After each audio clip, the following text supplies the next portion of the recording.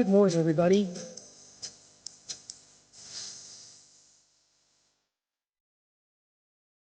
So glad you're here. Thank you for joining us today. We are testing out some new tech today. So if y'all can please let me know that you hear me okay, that it sounds okay. I had some issues with my sound card, so I replaced it. Again, thank you guys for being here. We appreciate that. We know you've got many, many choices to make in the morning, and we're so glad that you chose to spend some time with us. So if you were with us yesterday, you know why I chose that particular song, because the Rocket Man apparently will give us an express ride, a return from the space elevator journey. So yeah, anyway. Again, thank you for being here, guys. I appreciate you. There's a gifting goal today. There is a subscriber goal today as well. And if you consider supporting the channel, there's a couple of different ways you can do that. You can do that through a couple of different avenues. Again, by gifting, subscribing, or also by considering joining our Discord. As a subscriber in Discord, you do not need to subscribe to get access to our Discord channel, but you'll get some access to some cool benefits, including subscriber only events. And we actually have some brand new merch in the merch store. This just launched. Just Let Me Pee. There's a lot of really cool stuff in there. And if you guys, again, don't mind supporting the channel, that's a couple of different ways you can do it. We have all kinds of resources that are also listed in our Discord. A lot of the things that we talk about on the show, we have in our Discord. That's where a lot of the content lives. I just want to check in with my mod team, make sure everything's sounding good. Beautiful. We're on YouTube as well. We're streaming on YouTube. Thanks, guys. If you haven't been to our YouTube channel yet, the link is here. Also, you can follow me on Blue Sky. When you're over on YouTube, please drop a comment, share, subscribe to the channel. We're trying to build up our content so that we have, or build up our subscriber list so that we have a place to go in case TikTok gets banned. We will, we'll survive. We'll go through this. But anyway, that's where we're at today. So again, we had a lot of very interesting conversations yesterday. And again, I kind of wanted to revisit this because we didn't get an opportunity to speak to everyone. A lot of people have a lot of strong opinions on this. And we saw so many examples about exactly what we're talking about. And in doing some sort of thinking about this and doing some sort of, as my brain tends to work, as my team knows, there's always things that are popping off in there. A lot of it is rooted in religion, sadly. The same people who claim that, it's a built-in excuse, right? It's a built-in excuse. And I think that's the dangerous part. So I've got some clips that I want to play today because I think it's really important that we sort of, we talk about it from a historical perspective as to how we've gotten to this point. So, the big lie, the pro-life movement's always been the big lie. Biblical references to Noah wiping out humanity doesn't sound like a forgiving God. Again, it's anecdotal for sure. Well, actually, it's not. It's a story from the Bible, but choose to believe what you want. But I just wanted to play a little bit to start off because I think this is what I've been trying to say. Stop thinking, to say, I don't. This is what I've been trying to say. And I think it's important that we sort of dissect this a little bit. So here you go. And to me, the really dangerous thing about religion, and this is not everybody, of course, it's not half, thank goodness, but it's many. And that is the one thing that I think is really dangerous in many religions is that it gives people a gold-plated excuse to stop thinking. To stop thinking, to say, I don't have to think about that because my religion says this is right, this is wrong, it's as clear as that, it's black and white, I don't have to think about this anymore. It's just a matter of faith. And we honor that. We say, oh, it's a matter of faith. I think we have to stop honoring people for stopping thinking. Yeah, that part. And I think that's exactly what I've been trying to say, right? It's a convenient excuse to ignore the obvious. We spent a lot of time yesterday talking about firearm violence. It's the party that uses the trans community in particular as a fear mongering ploy. So I found some data. specific to that community. If I can find that, where did I put it? Okay, so this is a Newsweek story reported on from April of last year, because again, it was about Republicans in Congress going after the trans community under the guise of protecting women's sports, right? So here's the numbers. Of the estimated 335 million citizens living in the United States, 1.3 million adults and 300,000 youth aged 13 to 17 identify as transgender, equaling less than 0.5% and 1.1% of the population, respectively. And then when we get into sports, privacy laws make it tough to identify the exact number of trans athletes competing in public school sports, but researchers and medical physicist Joanna Harper estimates that number can't exceed more than 150 to 200 nationwide. So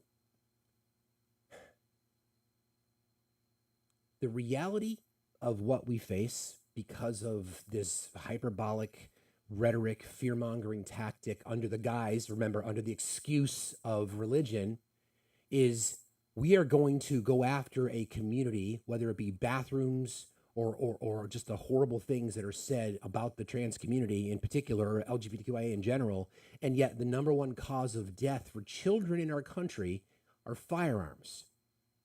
The Republican Party voting against expanded access to school lunches. The Republican Party voting against raising the age to marry. The Republican Party wanting to defund public education, which amounts to eliminating access to public funding for kids in IEPs, kids with special needs, arcane, horrible, abortion laws telling a 10-year-old girl that if you get raped, to get over it. And you want to sit there and tell us that you care about kids? Could you at least be consistent? Could you at least be aware that instead of making excuses for everything, and now the latest is because we talk about the economic impact of tariffs, now the right is trying to say, well, the Democrats support slave labor in China. No, we don't. No, we don't. This is what's happened when everything can live under the mask of your religion. You are free to exercise and practice whatever you want in America. The Establishment Clause in our Constitution made it so. Okay? Religion should not mix with politics. If you want religion taught in schools, I want the IRS in churches. Plain and simple. It is in our Constitution that government and the church should not be intertwined. So people using their religion to harm people, to harm people, children in particular, just excuse it away or pray it away, right?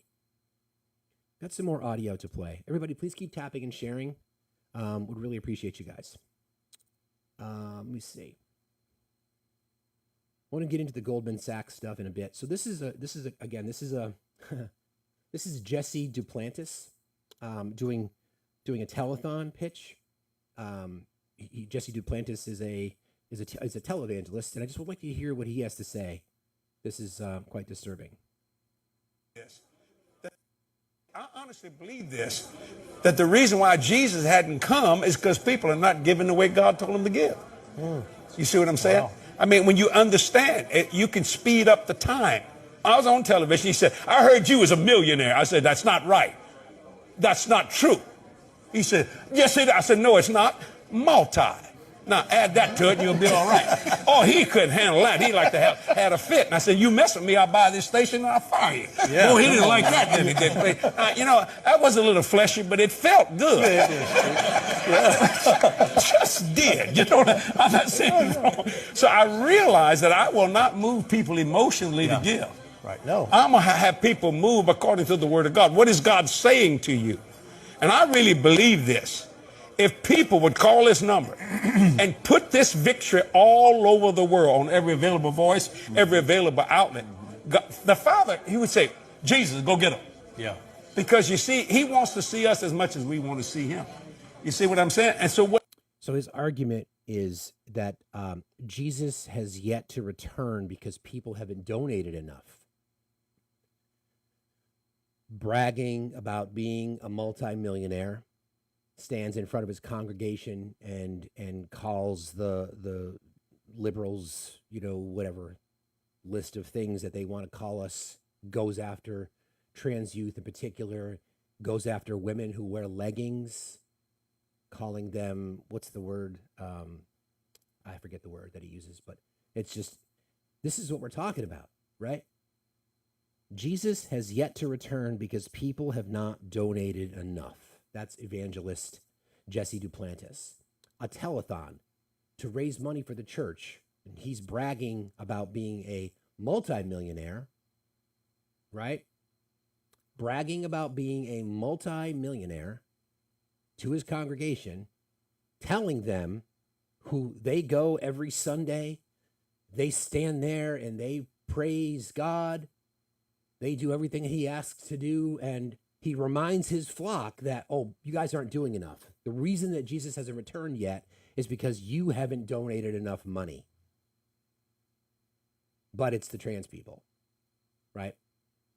But it's the immigrants, right? But it's women, right?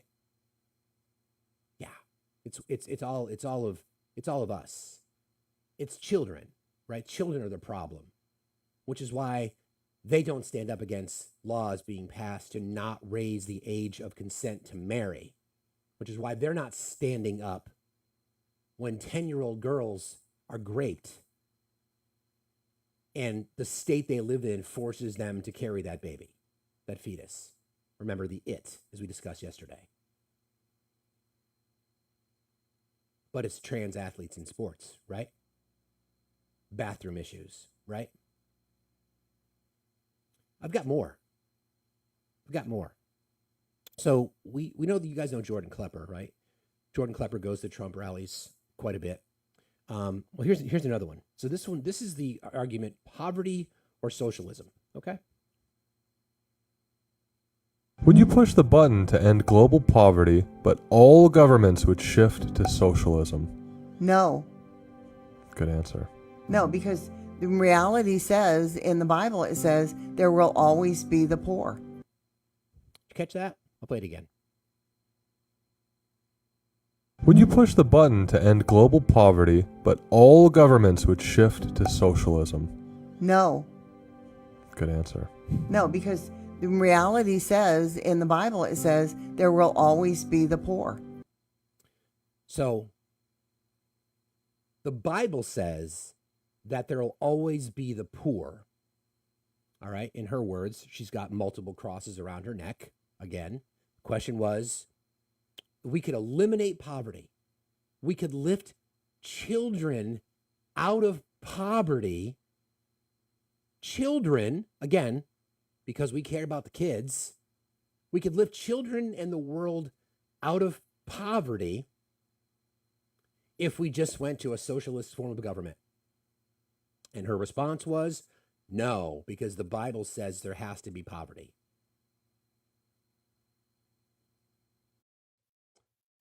All right, let's jump in today. Everybody, please keep tapping and sharing. Got a lot more to cover off on. There's a gifting goal today, guys. Please consider joining our team. Please consider subscribing. Just one coin, and you can join our team, and that helps us stay on the algorithm.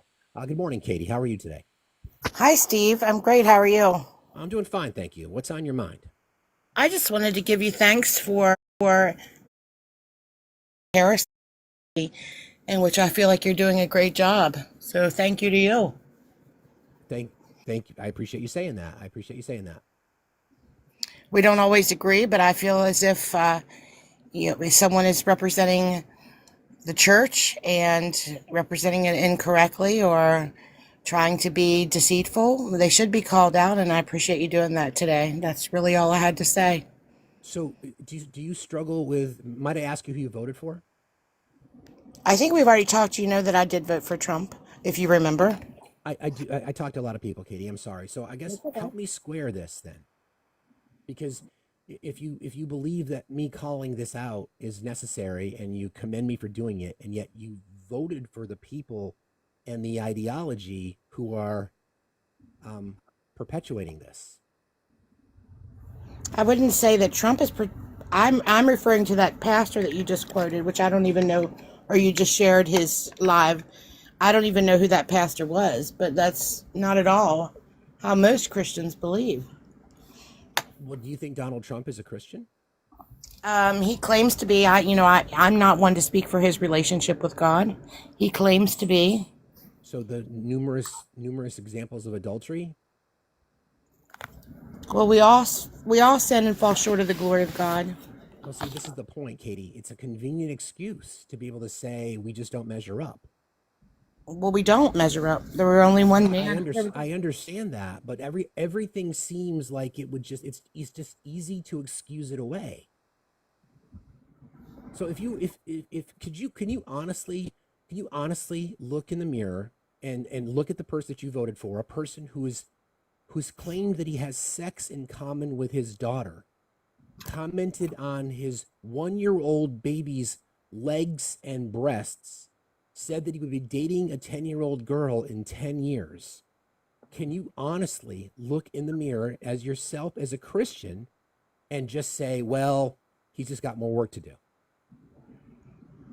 I think that I can look at anyone and everyone and say that they are sinners and they all fall short of the glory of God. But you voted for him, Katie. I did. I did vote for him. That's correct. I voted for him as a leader, not based upon his private life or his sins. I voted for him. You couldn't vote for upon Kamala Harris? But you couldn't vote for Kamala Harris. I could not vote for Kamala Harris. Why? No. Why? Her policies were vague. I mean, I compared the two. I listened. What policy? Immigration. I mean, we could beat this. Katie, did you read any of her policies? I just would like you to be honest. Did you read any of it? I did, and I listened to you almost every day. So what did you read? Like What did give you a read? great education. What was her economic policy, Katie? That was the problem. It wasn't very outlined. Everything was very vague. Then you didn't read it. You didn't read her 82-page economic policy? Again, everything was very vague. Katie, I read it. Do you think I'm a smart person? Sometimes I question. You question whether I'm smart? Some things you say, I seem a little whack, but I'm still here for it. So yes. Like what? Well, does that mean just because you disagree, does it mean that I'm not smart? Well, the way that you speak to other people that come on the show and call them names and cut them off, and that's not the traits of a smart person or an intellectual person. Oh, You do get kind of bent and treat people rudely and unkind, and really? I would say that does. But aren't I, in your mind, shouldn't I be given grace? Because in your mind, everybody should be given grace, and we should all work harder, right? I'm still here, aren't I? I come back and listen to you. Katie, I guess it's a real struggle for me, for you to be able to come up here and commend me for calling out heresy, and yet you voted for someone who is anti everything that you claim to believe in. Well, I'm sorry that you struggle with that. I struggle with how you're so pro-Harris, considering I'm not pro-Harris. I'm pro-children. I'm pro-democracy. I'm pro-rights and freedoms. Your party, the Republican Party, the party you vote for, supports keeping marriage. Let's reverse that. Everything that you just said that Harris is pro for, you're saying Trump is anti? Absolutely. He's anti our rights and our freedom and anti Absolutely. Why would you say he's anti our rights and freedoms? Because we have the proof of it, Katie. It's not opinion. Do you enjoy being on? Do you enjoy being on TikTok? Because I feel like you're right. How about answering a couple of questions? Do you think do you agree with burning the American flag? Absolutely not. Okay, well, guess what? It's protected under the Constitution. Texas v. Johnson, 1989. The Supreme Court ruled so. It's freedom of expression. You could take your American flag off of your house and burn it. Donald Trump wants to throw people in jail for that. That's a violation of your constitutional rights. Okay, please tell me where you've read that, or where you've seen that at. How about I just play it for you? How about Trump's words? Would that help? You don't need to do that. That's a waste of time. Just tell me the site, and I can do it myself. I'm sure there's there's 810 people here. I'm just going to play it for you so you can hear it. Okay? Okay, if that makes you happy. They Go never ahead. mention it. They don't talk about the American flag. By the way, the American flag, we got some of the greatest congressmen warriors here that you have anywhere. And congressmen, go to Congress soon, like immediately, but soon. We should give a 1-year sentence in jail to anybody that burns the American flag. So, thoughts on that? Why do you disagree with that? Well, that's the person you voted for. Why do you disagree with that? Because it's a constitutionally protected right. I wouldn't choose to do it, but it's a constitutionally protected right. Well, what do you think that we should just stand by and let people do that? Do you think that there should be no? It's a constitutionally protected right, Katie. You don't get to pick and choose. The Constitution, if you claim to support it, the Constitution says you can do it. If I were to go to your house and take your flag off your house and burn it, then I should be arrested for that violation of property. So you think you will tell people that he doesn't have the power to change gas prices or change grocery prices. But now you want me to believe that he has the power to put a person in jail for a year if they burn the American flag. That's not what I said, Katie. I'm talking about the things that because he doesn't respect the Constitution. He's also talked about wanting to arrest people who criticize Supreme Court judges. Again, well, people say things all day long. So what? He's saying how he feels about it. He's not saying this is the person again. So this is what we've learned so far, right? Again, it's convenient for you to use your religion to justify the things that Donald Trump has If Kamala Harris or Joe Biden was on the record saying, I've not tried to justify his actions. I've said he has sex in common with his daughter, Katie. That's his cross to bear, not mine. It's your cross to bear because you voted for it. I'm not trying to justify his actions. But you voted for it. I did vote for him. That's correct. You said as a Christian woman who's a God-fearing woman. I'm sorry, I'm talking. You said as a God-fearing woman, as a Christian woman, the person who said, I have sex in common with my daughter, I'm going to vote for that person as a Christian. A person who has bragged about grabbing women by the vagina. A person who's walked in on teenage girls in the Miss USA pageant. A guy who said he's going to be dating a 10-year-old girl in 10 years. And you're okay with that. I didn't vote for him. I voted for him for his leadership. You voted for all of that, Katie. Questionable morality, his sins, that's between him and God. That's not my cross to bear. But you voted for it. Where's your integrity? Please don't question my integrity. I'm absolutely going to question your integrity. Where's your integrity? Where is it? Where is your integrity? Because I chose to vote for the lesser of two evils. You're questioning my integrity? Did Kamala Harris brag about having sex in common with her stepdaughter?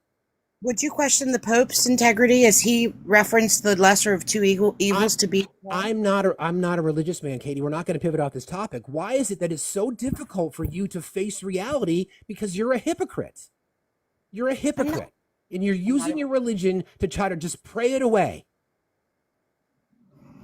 You voted for a man, again, who bragged about having sex in common with his daughter.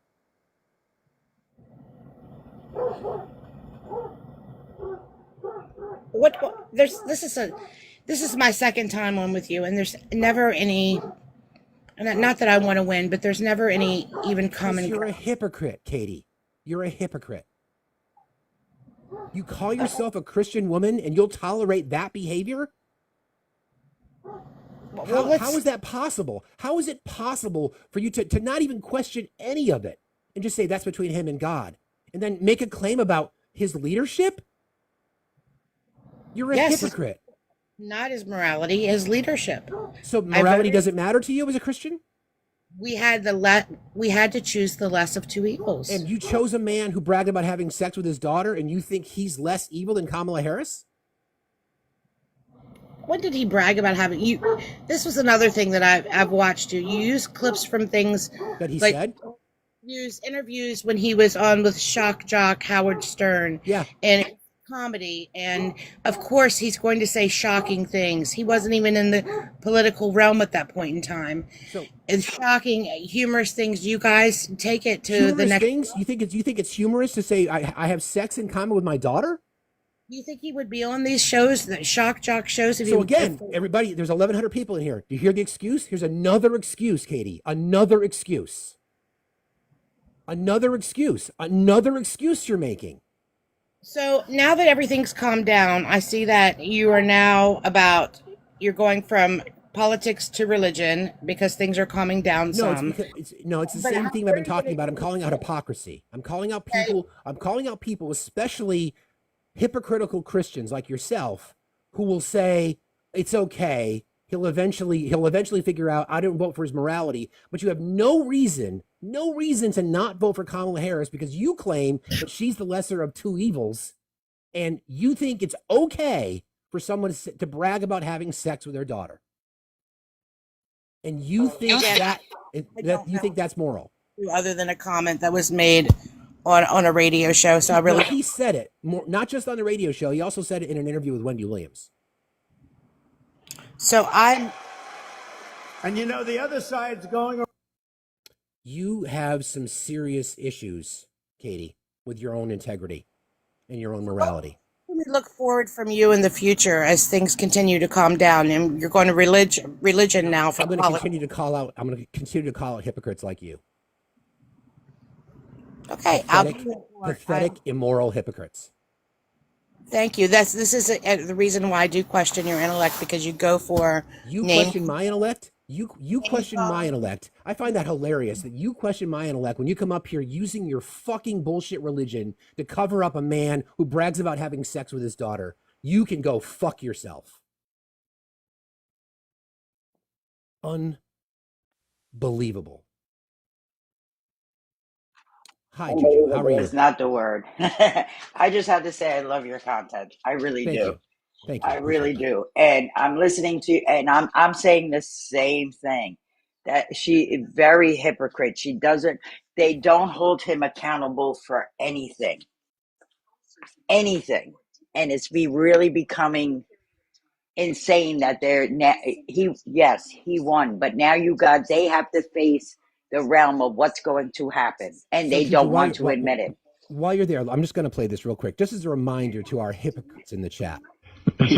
She's almost 6 feet tall. What's the favorite thing you have in common with your father? Either real estate or golf. Donald, with your daughter? Well, I was going to say sex, but I can't relate that. Yeah, nothing to see here. That's no big No. deal. We don't care. We don't care. That's okay. Because you know what?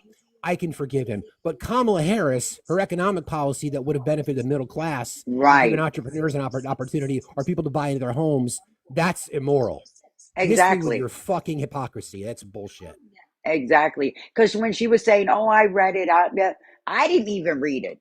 But I'm going to vote for the one who's in the best interest of the American people, not their own pockets. And this is what they're Exactly. not getting.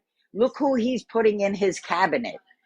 If you don't Exactly. think this is all going to be privatized, he's looking into privatizing now the postal service. They're I getting am richer, and salty we're getting, today. I yeah, am salty today, but it bothers me. It just really bothers me. it does. And I agree with you, because it's like, how much do we have to go through for people to wake up and open their eyes and say, well, what about us? And they live on, I'm sure she's on Social Security. What is she going to do when he cuts it? You understand what I'm saying? Like, they're not getting it. No, they're not getting it. They're not Yeah, getting it and at all. it's sad. But I'll let you bring somebody else out so I can listen, because I be listening and I love keep shooting the straight facts to them, because their hypocrisy is crazy. I am brought up, raised in and still here in New York City. born and raised here. So I've watched this man, and I'm 61 years old. So I've had to read newspapers. We didn't have internet back then. We read That's right. articles on him. That's He right. ran in the Democratic Party.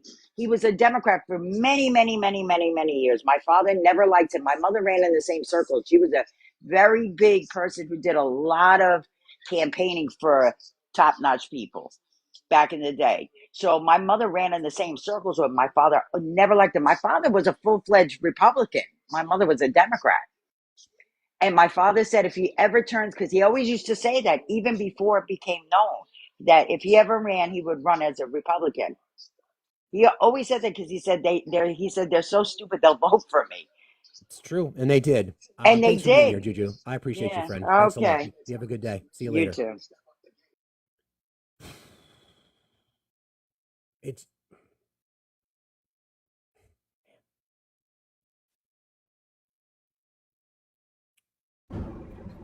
good morning, Keith. How are you today? Hey, good morning, Facts. Hey, I just want to call. I enjoy your show, man. I ain't gonna be on here too quick because I'm driving my semi. But I just want to ask you a question. Did you see this? Did you see his tax plan yesterday when it came out? Did I see his what? I didn't hear you. His tax plan. Well, the newest one about lowering corporate taxes to 15%. No, like the new, but like the if you making like $50,000 and under, you going up like $798 a year on taxes. Oh yeah, that's how he's going to pay for the corporate tax cuts. He's going to Yeah, I drive trucks. I make like $80,000 a year. I'm gonna have to pay an extra $1,500. That's correct. And Kamala Harris's tax plan would have given you a tax break. I can't see how people going along with that. That is crazy. And everything you said, that lady that not the past lady, but the one before her, I totally agree on everything you said, man. Totally I appreciate agree. that, Keith. Thanks a lot. But you stay blessed and just keep doing what you're doing. Appreciate you, brother. Have a good day. For those of you just chirping in the chat about the migrants that are missing, you don't, again, because you guys are just, you are hypocrites as well, and you want to try to cover. So the data recaptured by ICE and by the DHS goes back to 2018. So it's 300,000, and they're not missing. It's just a paperwork issue. Some didn't show up for their court dates. So 2018 to 2023, 3 years of the Trump administration, 3 years of the Biden administration, they're not missing. It's paperwork. Some didn't show up for their court dates, but they're not missing. Nice try, though, hypocrites. Nice try. You guys keep doing you, though.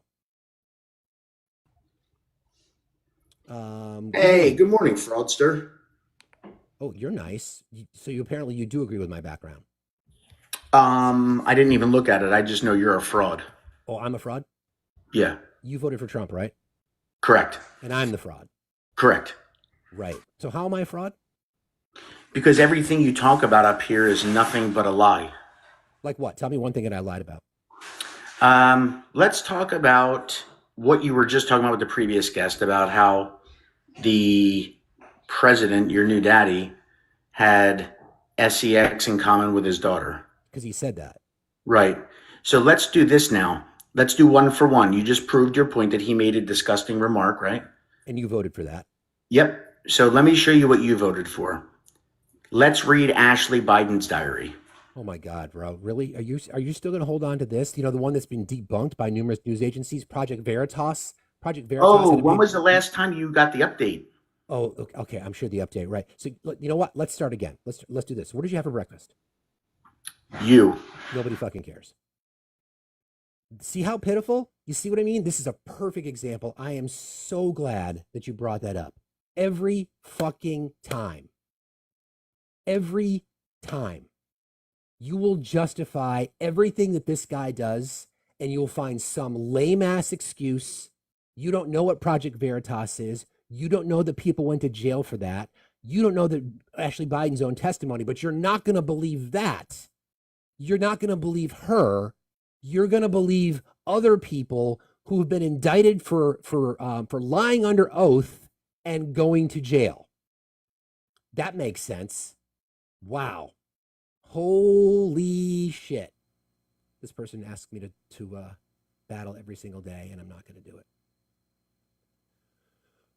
Good morning, Erica.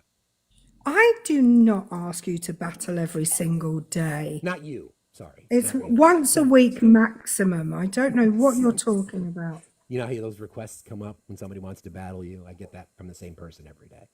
Oh, nice. Anyway, hi. That guy that was just up, I've spoken to him twice in the last week on lives, and the only thing he ever talks about is Ashley Biden, even though he's been debunked twice by me and another host this week. Yeah. He's still talking about it.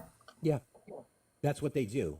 They'll make excuses for this guy like it's nothing. And like the audio I played to start today is that religion becomes a convenient excuse to justify everything. Yeah. It really does. And can I just point out, like from the point of view of someone from a whole other country, MAGA is not about protecting kids because they don't want you to have universal healthcare. They don't even want that for children. They don't want people to be able to give birth for, without paying extortionate amounts of money. They don't care about children from anywhere else outside of the United States. And if they did, then they wouldn't be for many of the things that they're for. They don't care. It's just convenient for them to talk about that. So it looks like I'm having some effect issues here. So I'm going to mute you for 1 second. Just to That's see fine. I don't know what's going on, but I got to get a new mic apparently. Sorry about that. It seems like when there's a guest. Let me try this and then try. Ooh, that sounds funky. Let's try that. Let's try that. Anyway, I'll fix it at some point. Just bear with me today, guys. Sorry about that. Sounds a tiny bit better for me now. You just got a sort of little echo, like a lot of reverb. It's like auto-tune. Yeah, it's weird, but anyway, I'll fix it at some point. Yeah, I mean, it's just like yesterday in this comment. I was talking to a gentleman who obviously doesn't give a shit about children in our country because I asked him if he would be willing to protect kids to give up his rights. He said absolutely not. But it suddenly pivoted to caring about slave labor in China. Yeah, that makes sense.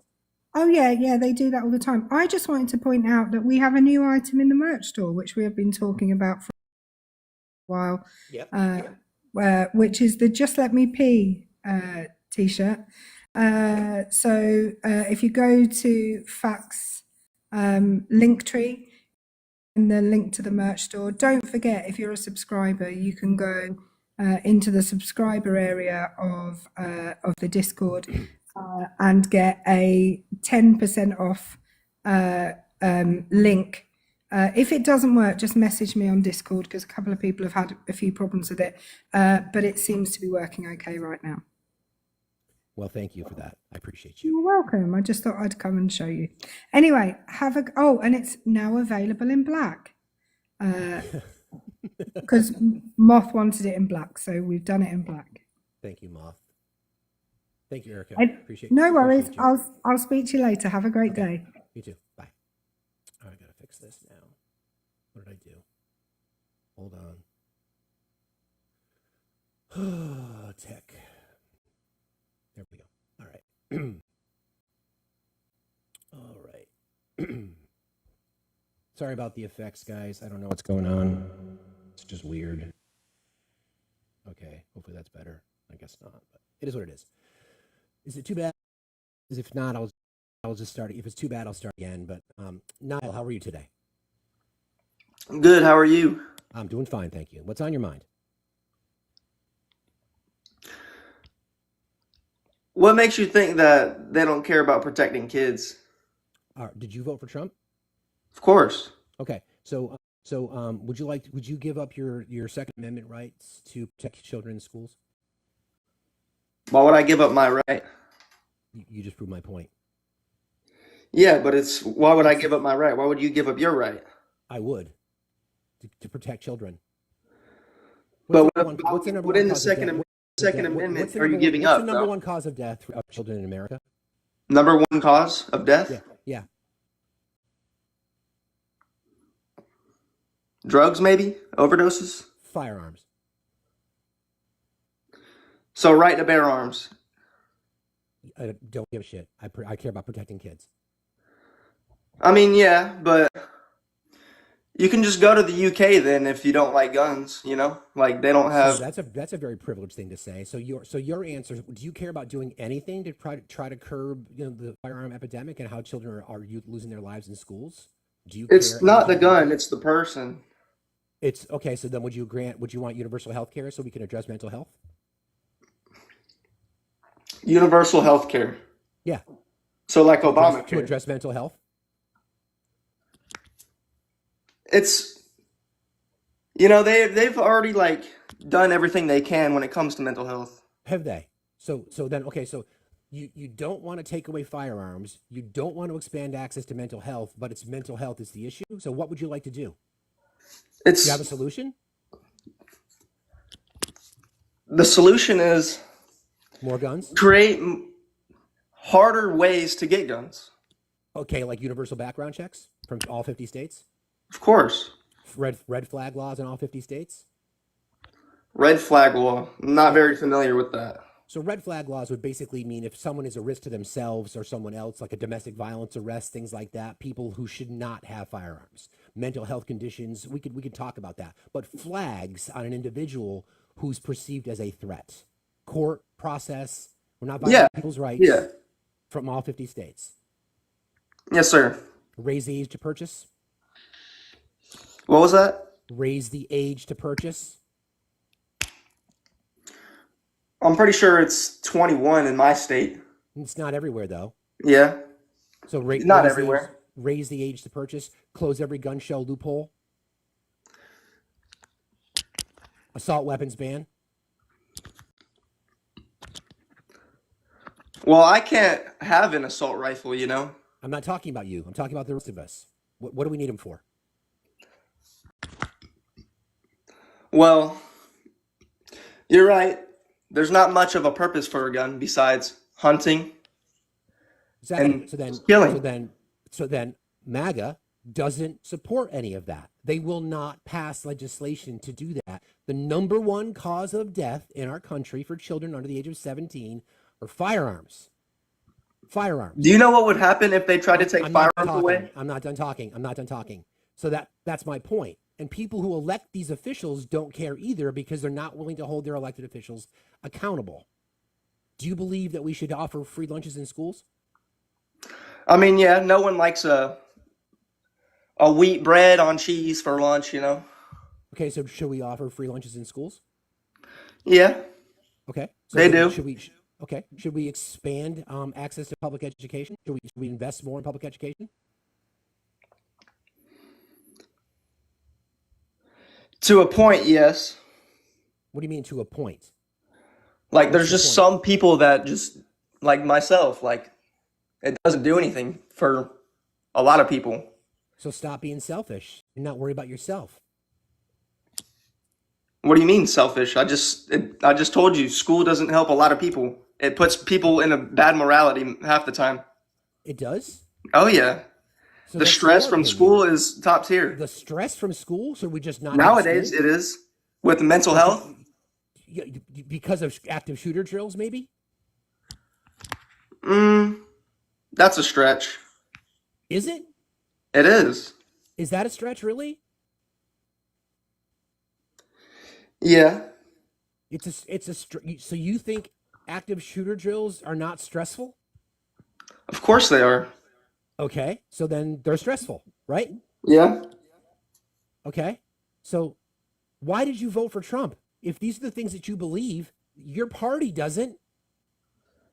Because if they try to take away guns, we're just sorry, going to go into a civil war. After Uvalde, Republicans in Congress wore AR-15 lapel pins. You cool with that? AR-15 rappel pins? Lapel pins. Do you know what a lapel pin is? No. So on a jacket, this area of a sport coat or a suit coat is referred to as the lapel. Okay? L-A-P-E-L, a lapel. And they put pins that were AR-15s. They wore those on their clothing. What was their purpose of that? Why don't you tell me? After another situation in our country where children were shot to death in school, they wore AR-15 lapel pins and talked about their Second Amendment rights? F1 in the chat, please, guys. You think that's okay? No. That's the party you voted for. That's the party that you voted for. The party that instead wants to go after the trans community when it's less than 1/2 of 1% of our population. And instead, the number one cause of death for children under the age of 17 in America is firearm violence, and the party that you voted for doesn't give a fuck. Hold them accountable. If you believe this shit, then hold them accountable. Demand from your elected officials as a Republican, I want universal background checks. I want red flag laws. I want safe storage laws. I want guns to be registered. I want firearms to be insured. Start there. You don't need insurance on a firearm. Exactly. Let's do that. Let's get insurance on firearms? Let's do that. For what? What is that going to do? What do you think it might do? What do you think? Cause more regulation? What is insurance for? To prevent people from... So if you have insurance and you get into a car accident and it's your fault, what happens? I'm liable. And your insurance does what? If they don't hold out, they'll have to pay for the damages I caused. Exactly. That's why you need firearm insurance. So we put insurance on firearms, and victims are then protected. Register it every year, a registry of all firearm owners in our country. And I'm a firearm owner. But you want them to take guns away? Did I say that? I know, but that's just what it seems like. That's the vibes you're giving me. Like, did I say that? Did I say that? No, but I'm just saying that's the vibes you're giving me. Then stop being in your feelings. Did I say I'm in my feelings, bro?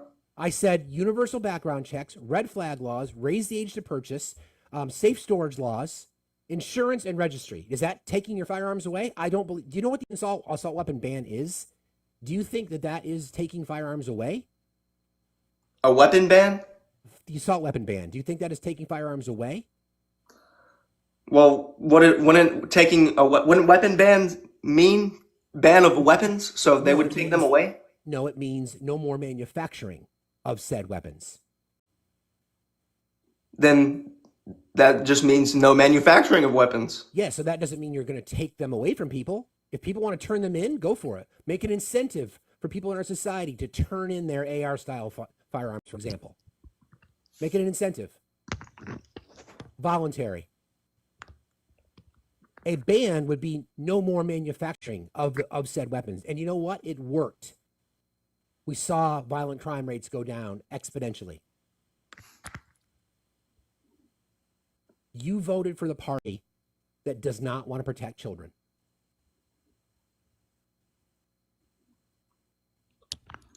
How does your party protect children? Nice pivot. My party wants to do exactly what I'm talking about. Your party does not vote to raise the age to marriage. There are legislators in certain states in our country, Republican legislators, who believe that teenage girls under the age of 18 should be allowed to be married. My party wants to say that's bullshit. My party supports a woman's rights to their body. My party supports if a 10-year-old girl was raped by a family member, that young lady, that young girl, that 10-year-old girl should be able to get reproductive health care. Your party doesn't. My party wants to expand access to mental health services. Your party doesn't. My party wants to expand access to health care, to protect children, to protect women, to protect the poor. Your party doesn't. All I know is we're going to go into a recession. Because of Trump. Yeah, but that's just what happens when you have inflation. That's a nice excuse. It's not an excuse. It's the truth. So you're okay. You're okay with prices going up on the items because you were promised that, right? I mean, yeah, they're going to go up for about 2, maybe 3 years. Okay, get the fuck out of here. Jesus Christ.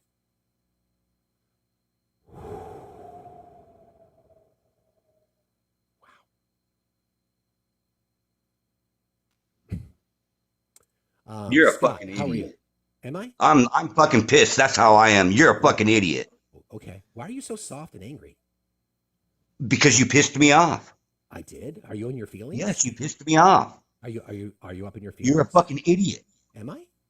Yes, you're a fucking moron. Am I? Yes, you wanna make it to where only bad guys have those fucking guns. You're a fucking idiot. So you don't care Do you about know what kids an either. AR is? Do you know what an AR is? What is an AR? What is Assault it? rifle? Okay, it's not a fucking machine gun, is it? Did I say it was? Okay, it's not an automatic rifle, is it? Did I say it was? That's what your party does. Okay, so if it's not an AR, why do you want to ban it? Why do you care about? If it's not an automatic weapon, Why do you not care why about do you want to protecting ban kids? it? Why do you care I want to about protect protecting my children? family with it, you fucking moron. No, you don't. Yes, I fucking do. Don't tell me what I want. So you must be. Don't tell me what I want, you fucking asshole. So you care. So if your daughter was raped, would you let her get an abortion? No. Of course not. So you can get the fuck out of here.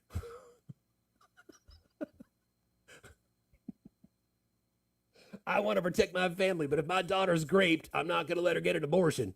Ooh. Wow. That's crazy. Holy shit. Is the audio getting better? It sounds like it's better in my head. I apologize, guys. I'll get this tech figured out. Holy shit. Kasi, how are you today? Hey, how are you? I'm fine, thank you. Do you agree with my prompt? Oh, no, I didn't. That would You be don't. like, You I don't agree didn't with go for it. Yeah.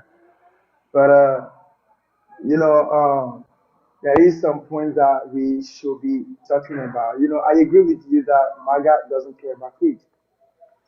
I don't have none yet, I but can't we really all knew understand you, bro. already. Can you get a little bit closer to your mic? Can you hear me better? I really can't. Why don't you request again? You can come back up and we can talk. It is amazing to me that you literally you come up here all angry and you say you want to care about your kids and protect your family, but would you let your daughter get an abortion if she's raped? No. Donham, how are you today? Hey, how you doing? I'm fine, thank you. What's on your mind? I'm a friendly. I just listen to the request that keeps coming up here. It's just, how are we gonna get these folks out of here? How are we gonna get the White House back and any other Senate and Congress office if these people are allowed to vote? And I'm gonna just take my question off the air, man. Appreciate it, and I love what you're doing. Thank you, brother. Appreciate you. We have an ignorant society, an ignorant society that hides behind their religion, that likes to use it as an excuse for everything else. They'll excuse it away. We heard it from our disingenuous hypocrite Katie to start the day off. Well, he might have a little bit of a bent moral compass, but it's okay that he says he has sex in common with his daughter. That's fine because we're all sinners. But Kamala Harris. Religion is the root of fucking all evil. No doubt about it. I'm good. Thank you, guys. Good morning, sir. How are you today? Jagman, are you there? Yeah, What's on your mind? I'm just flabbergasted. I'm facts. I'm just flabbergasted By what?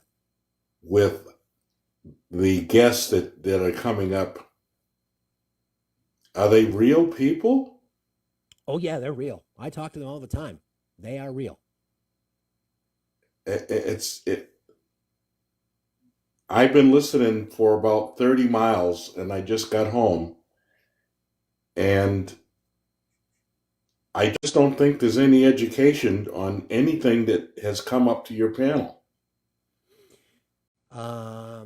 Yeah, and it's the same people that support defunding the Department of Education or eliminating it. I mean, I didn't hear fifth grade level yet. That's why I'm listening now. I'm trying to get fifth grade level thinking. Yeah, well, That's all. again, and everybody, again, it's the people who our previous guest. It's a real simple question. I got my firearms to protect my family. Would you let your daughter who got raped get an abortion? Nope. Well, just think about that. Just think about for those of you pathetic, hypocrite, fake Christians in the chat. Just think about that.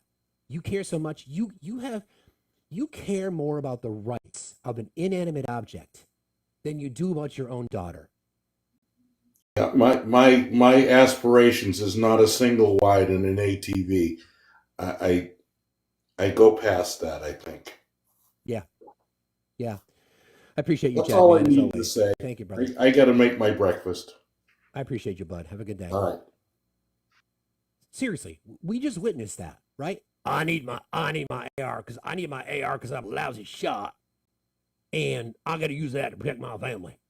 But if my daughter gets raped, tough shit. Have the kid. Pfft, you pathetic people. You're all pathetic. Pfft, you don't care about your kids. You don't. I care more about your kids than you do.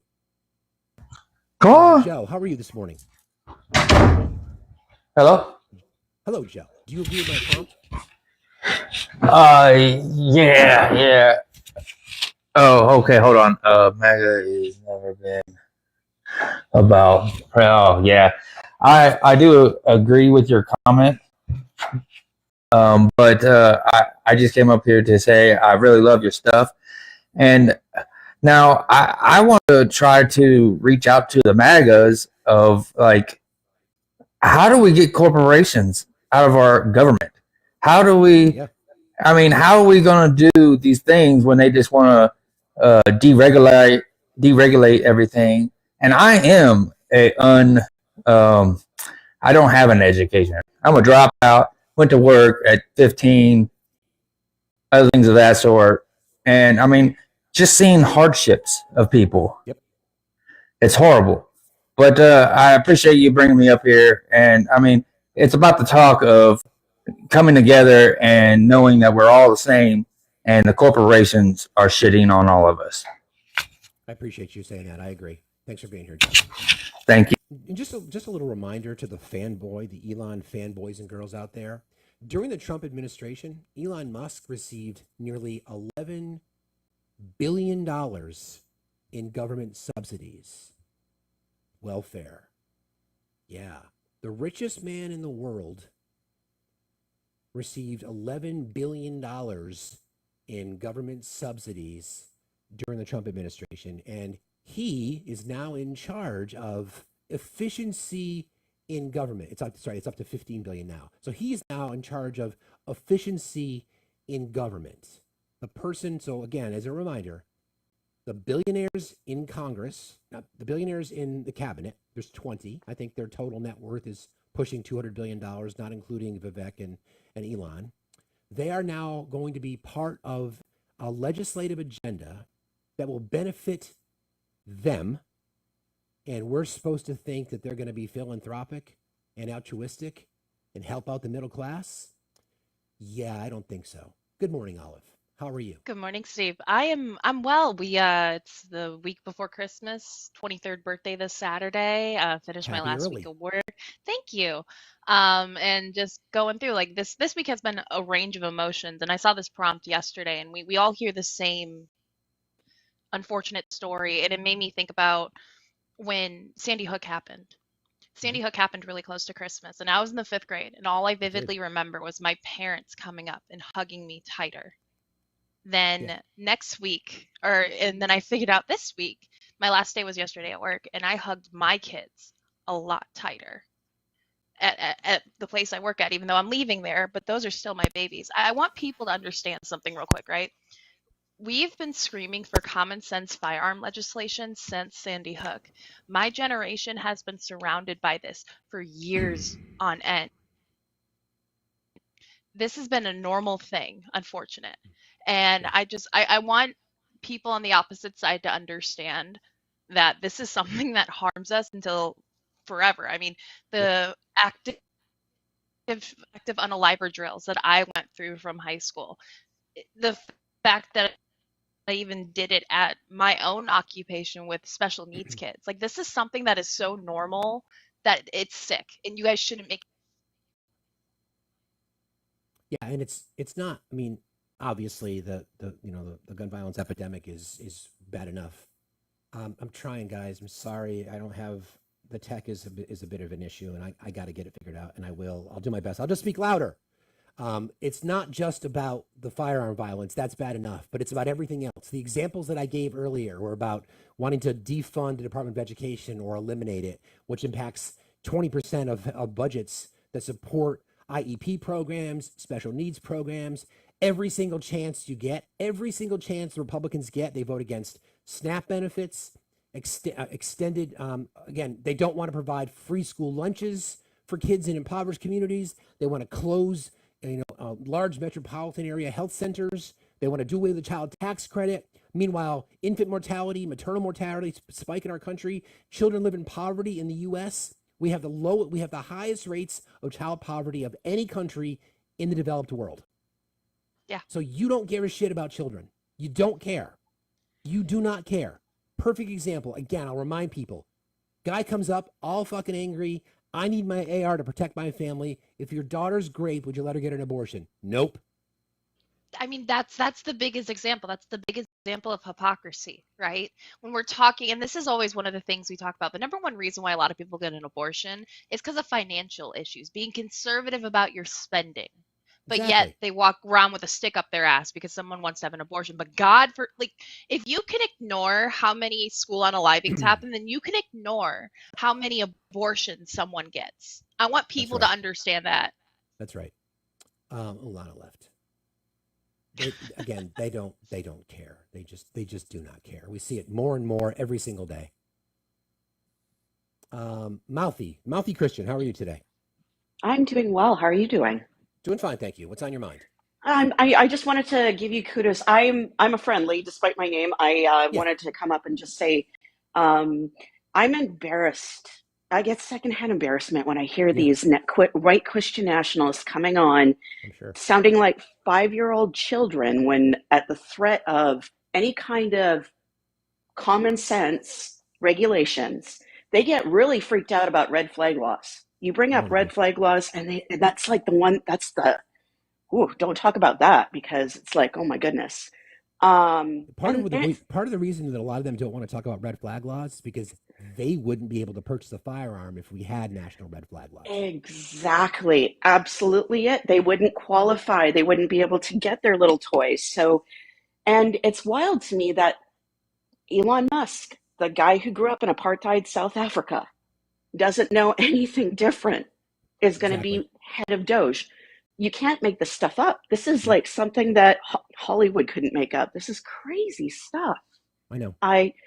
It's funny. They come out of the woodworks. I posted a couple of videos yesterday on my TikTok about reform and regulation, and no, they're talking about oh, you bring in bring in the red flag laws, people will be ratting each other out. I'm like, well, I mean, you guys, I guess that would be consistent with your people, wouldn't it? Because you guys would rat each other out if it benefited you in some way, wouldn't it? Like, that's your own people, right? Like, yeah. But they keep constantly moving the goalposts, and it's embarrassing. Like moving the goalposts and pivoting to a whole different topic. I mean, it's as simple as that one kid you had up here. Like, he didn't sound that much older than I am. And he's over here like, well, what about insurance? And then all of a sudden talks about, well, a recession because of inflation. And it's just like, you can't stick to one topic at the moment. Like, let's keep on topic, because when we're talking about anything like this in specific, they instantly want to pivot to something else. They talk about, well, what about all of those unalived babies or whatever it might be? And it's just like absolutely crazy, comparing living children going to a place where they're supposed to be protected on a regular basis, being unalived, compared to the woman who's making a smart choice, or whatever choice she's making, to not be forced to carry that baby to term. Like, it's crazy. It's crazy to me. You can't compare the two. Oh yeah, no, absolutely. And when you call them out on, oh, you must really think that the Texas bounty laws are unconstitutional, then if you think red flag laws are unconstitutional, they're like, nope. Oh, so you're a hypocrite on top of it then. Awesome. Oh, yeah, they conveniently only want the Second Amendment. They don't give a shit about any other right. Right, and they don't even understand it. They don't understand the history of the Second Amendment. They just quote it. And no, they don't understand the history of chewing gum. So let's be real. Or birth control. Yes, absolutely. Exactly. Thank you very much. Here, Thank you. Appreciate you very much. See you later. Thank you. Take care. I'm sorry about the tech, guys. I'll try to figure it out. I don't know what's going on, but it's part of the deal. Sounds like you need an IT guy there. Sounds like I need something, just sounds like I need, somebody who knows what they're doing as opposed to me, because I'm afraid if I touch something, it's going to break. But whatever. As long as you guys can hear me, I don't care. As long as you can hear me, that's all that matters. All right. Everybody, please keep tapping and sharing. Please gift Olive. She'll be riding shotgun for the rest of the morning here. I think we're in Live Fest. I don't know what it means, but do this. Please do a coin. Join our team. Please consider contributing to the gifting goal. Please consider subscribing. Working on a couple of subscribers-only events. And by the way, we're going to be doing Christmas sweaters next week. So everybody, make sure you get one if you don't have one already. A-Dub, how are you today? I'm doing just dandy. Thanks for accepting this invite. I appreciate you having me. You got it. What's on your mind? One of the things that I'm seeing, and it's very, very unfortunate. A lot of people is dividing this thing from the Republicans versus the Democrats. What's going on now? For example, the school shootings has been happening for years, and it's happened through Democrat office sittings, and it happened through Republican office sittings. The thing that I don't see is politicians on either side of the house getting ahead of this charge, going out on if they want to protest. Some of these key politicians getting out there and leading the charge, taking the arrests, showing that they mean business. But no, you hear people talking about, okay, I want to do this program, or I want to push this law, but you're not pushing it beyond the office. They're not showing the people that they really mean business. And I think that's where the corruption come in. Corruption, that might not be the right word. I think that's where the thing comes in, where everybody want to talk a good game, try to increase the participation of the votes by their doing X, Y, and Z, and not really showing the people. And I'm hearing that, and it's really hurting me. But just to go beyond that, something a little bit more deeper than what you're talking about is we, as a nation, is at the closest point since 663 of being at a war, and we are putting people in. Hey, Dub, we're not. Let's you don't think so? No. You don't think so? Not at all. Well, listen to this point. The people that are. Let's hold on a second. I want you to tell me why you think that we're suddenly on the brink of WW3. Why is that? Why? Yeah. Because of the Middle East. Because of what's going on in the Middle East. Is it new in the Middle East? The level is new, but we've been over there for years. How long have you been paying attention to the Middle East, friend? Have you ever studied it? I read up a lot on it. I was in the Middle East. Recently? Were you talking about recently as far as how far back you want to go? I'm just asking you, like, how, because if your argument is because of how it is in the Middle East now, we're suddenly on the brink of WW3. Where were you during the 70s, 80s, 90s, early 2000s, 2010s? Where were you then? Did you have the same concerns then? No, I didn't, because I didn't read up on it. Because I didn't read up on it as much. I wasn't as knowledgeable as I am now. So is it safe to say then that you're not coming from a place of knowing the history to be able to make the claim that we're closer to WW3 now than we ever have been? No, I don't believe that part. I believe that I'm more knowledgeable today than I was yesterday, for example. If you understand what I'm saying, comparing the time. My question is, like, if you have been paying attention, to make a statement like we are closer now than we ever have been, that's just not true. It's not well, true. Let me tell you, we were closer. Do you think during the Cold War we were closer to WW3? During the Cold War? Yeah. I don't want to say.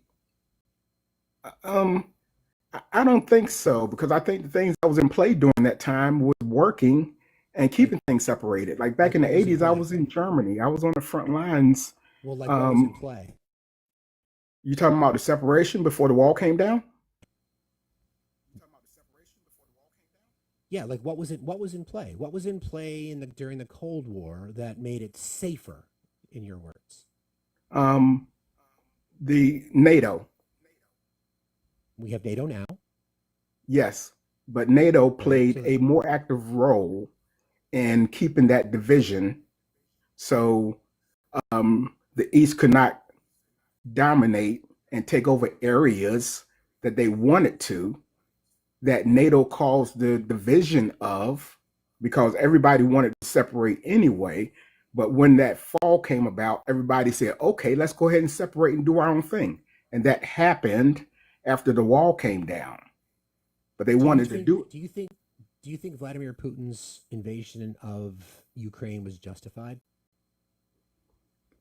I can look at it in his sense, but okay, then you can get the fuck out of here. You served your country. That's crazy. See, I want people to understand something, right? We were closer to WW3 during the Bay of Pigs invasion during the Cold War, right? I want someone to understand that. Everything going on in the Middle East right now is something that's been going on since we first came in. So the thing is this. If you're going to sit here and say we're close to WW3, but try to justify a dictator going into a sovereign nation, I can't, okay? Look, I'm a history geek. I've loved history since I was in a social studies history course. This is something that people need to understand, and every single time we talk about it, Steve, we should heavily fund the Department of Education. Yeah, I know. That is just crazy. Holy shit. Thanks, Doug. The only time Doug's nice to me is when I'm on other people's panels. Thank you, Dougie. Thank you for being here, Dougie. Dougie's the best boy. God, Buzzy.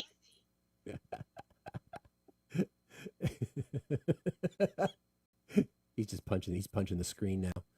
Maybe I fix that. Hopefully it's better. Anyway, who gives a shit? Let's not worrying about it. Mark, are you there? Guess not. All right. Listen. History lesson. Okay?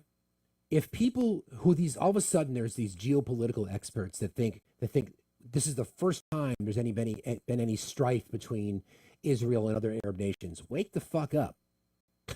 Wake the fuck up. For when I ask the question, when I say, do you think Vladimir Putin invading a sovereign nation was justified? And if your immediate answer is not, abso-fucking-lutely not, it was justified, then you're a simp. Quite frankly, you're a simp. There is no other argument. Quickest way to end the war is not negotiation. It's for Putin to get the fuck out. It's get that the fuck simple. out. It's that fucking simple. Leave. That's it. And why is it when Trump post-election was talking about that in that Time magazine interview, never once did he say, I will be putting pressure on Vladimir Putin to withdraw all of his troops from Ukraine. Never. Not once. That entire section shows us exactly why he's leveraged. Yeah. Exactly. It's not a both sides thing. It's get the fuck out of the country that you invaded. And it's like, they're like, just give them Crimea. They'll be fine. Like, no, that's Ukraine's sovereignty. That's stupid. Would we give up part of, like, Michigan if Canada invaded? Wait, too soon. Hang on. Too soon, yeah. Good morning, Chris. How are you today? You're muted, Chris. Yeah, sorry about that. I was trying to unmute. It was kind of bugging out. How are y'all? Do you agree with my prompt? I don't understand. I'm assuming you're talking about school pew-pews. Talking about all of it, not just school pew-pews. Talking about all of it. What do you propose that we do to prevent it? What do I propose? Universal background checks, red flag laws. I believe that we should have access to mental health services through universal health care, raise the age to purchase, safe storage laws, insurance, registry. I'd like to start there. Okay. And I would bring back the assault weapons ban from 1994 because it worked. HR, what is it? HR 689, I think it is, talks about that specific. It was a bill that came out in 2003, or not 2003, 2023. I'm aware. Wow.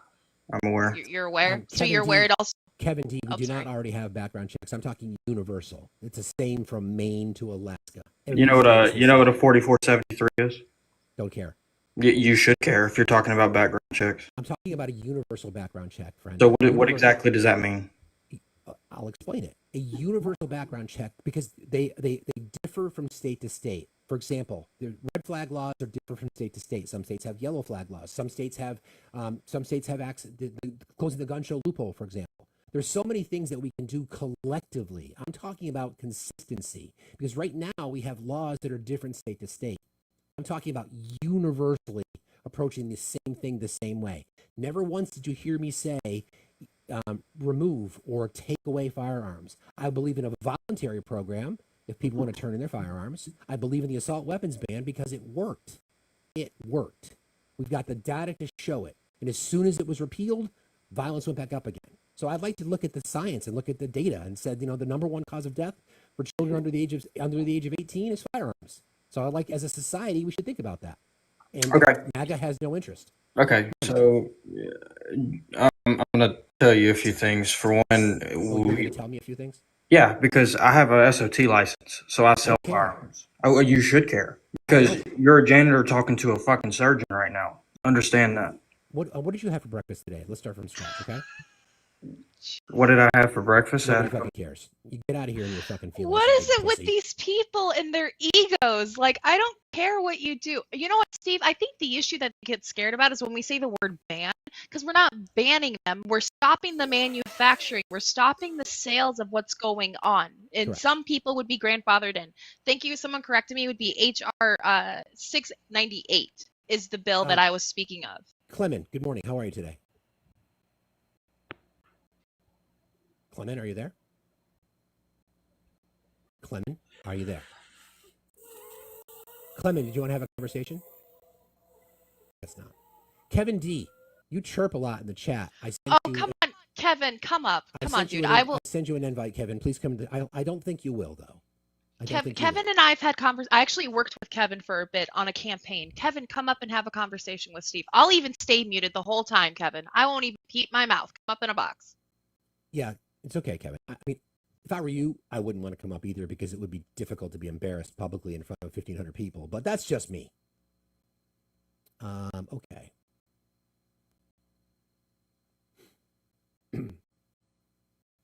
See, this is a social experiment as well.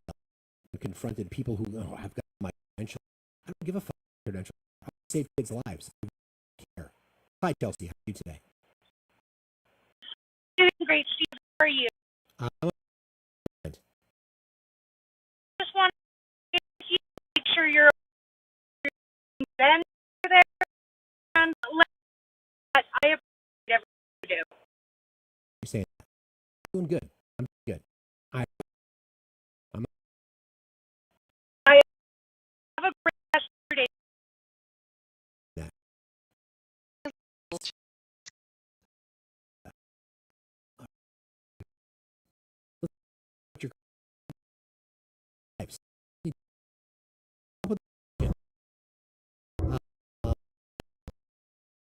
The solution.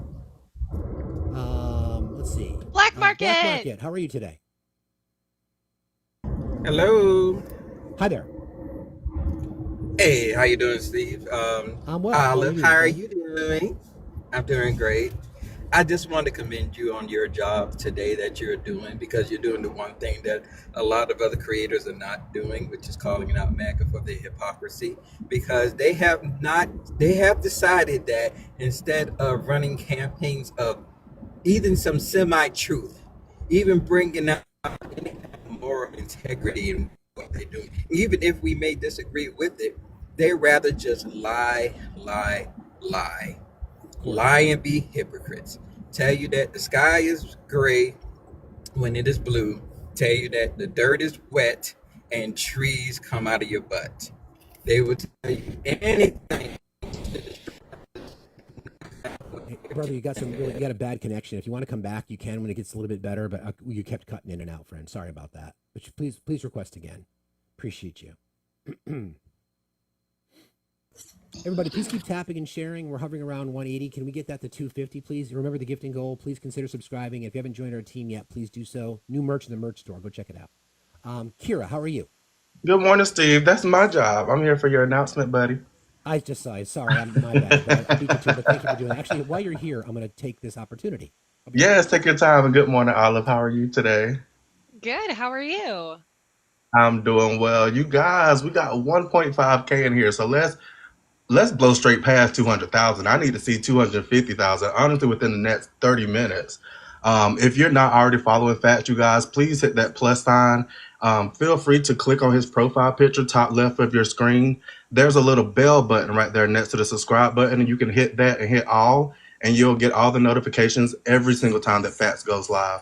Join our Discord. You do not have to be a subscriber to join the Discord, but if you are a subscriber, there are additional benefits like subscriber only events. I mean, we're talking movie nights.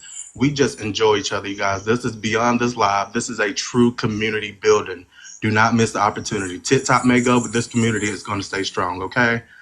Outside of that, thank you again for all the tappers. Bottom right of your screen, you see the share button. It says, 1.1K. Share it out to your friends, you guys. The only way we're going to change things is if more people participate in this conversation, if they witness this conversation. If you don't have anyone to send it to, hit copy link. That shows engagement. Thank you for all the comments. Thank you for not chatting in caps because it moves the chat a lot faster. And that's all I have, you guys. The Discord, though, I'm loving it in there. We are accepting So more much mods fun in right there. now. It is so great. You get I news cause stories. all the trouble. All the trouble. Yeah. I'm the one that causes the It's a trouble. madhouse. I love Yeah. some good trouble, though, right? Nothing like getting into That's good what trouble, I am. I'm the best right? kind of trouble. Thank you, Steve, for hosting this platform. Thank you to all of our mods and chat. Thank you so much. This would be nothing without all of your engagement, without all of you guys showing up. Thank you, thank you, thank you. And I'm out, Ski. Bye. Hold on a second. So Kira's here. I would just like to take this opportunity to say again, I've said this before, but people who do live streams and people who are creators on this app, we could not do what we do without mods. So W's in the chat for mods everywhere. And again, if you'd like to be a mod, come on back and be part of our mod family or fill out an application. So thank you. W's in the chat for mods. Thank you, man. Yes. Appreciate you. Thank you, Steve. You got it. Steve always has the best mods. The best of the best mods. The bestest mods. The Yes. bestest. Again, guys, I'm sorry about the audio. I'll get it fixed. I'll just talk louder. I've never been accused of not talking loud enough, so I'll make sure that I address that. As somebody who was trained in radio back in the day, you're taught not to speak too loud. You speak across the microphone, but I'm having all kinds of tech issues. Anyway, Cody, good morning. How are you doing? I'm all right. Do you agree with my prompt? Oh, I just find it comical that these Republicans will come in the box being so pro-life up until the point that that baby is born. Then they could give zero fucks about that child's life. They don't care about education, healthcare, food, clothing, nothing. They don't give a shit. It's all a facade. They're all fake, phony people. Yeah, that's all I have to say. But I agree with you. I appreciate you, Cody. Thanks for being here, friend. Have a great day. You too. Yeah, it's the Trump hypocrisy, supporters. right? It's always hypocrisy. Yep. Yep. Thank you for sharing the live, guys. Let's get the shares up too. Perez, how are you today? Perez, are you there? All right, boss. You have a good one. Hey, Perez, are you there? Perez, are you there, friend? Hey, Perez, are you there? Oh, hey. Sorry. I was with a gentleman. Good morning, by the way. Hey now. Good morning. How are you? I'm doing good. He didn't catch that, Olive, but that's fine. Yeah. Do you agree with my background? Yes, correct. Okay. That's correct. I just wanted to share like a really quick, just for all the MAGA out there, man. Just Google 10 top worst presidents in the U.S. Yeah. Just Google that, and you'll know how bad Cheeto Man is, and just leave it at that, man. It's just simple, man. Trump is ranked, I believe, number 3.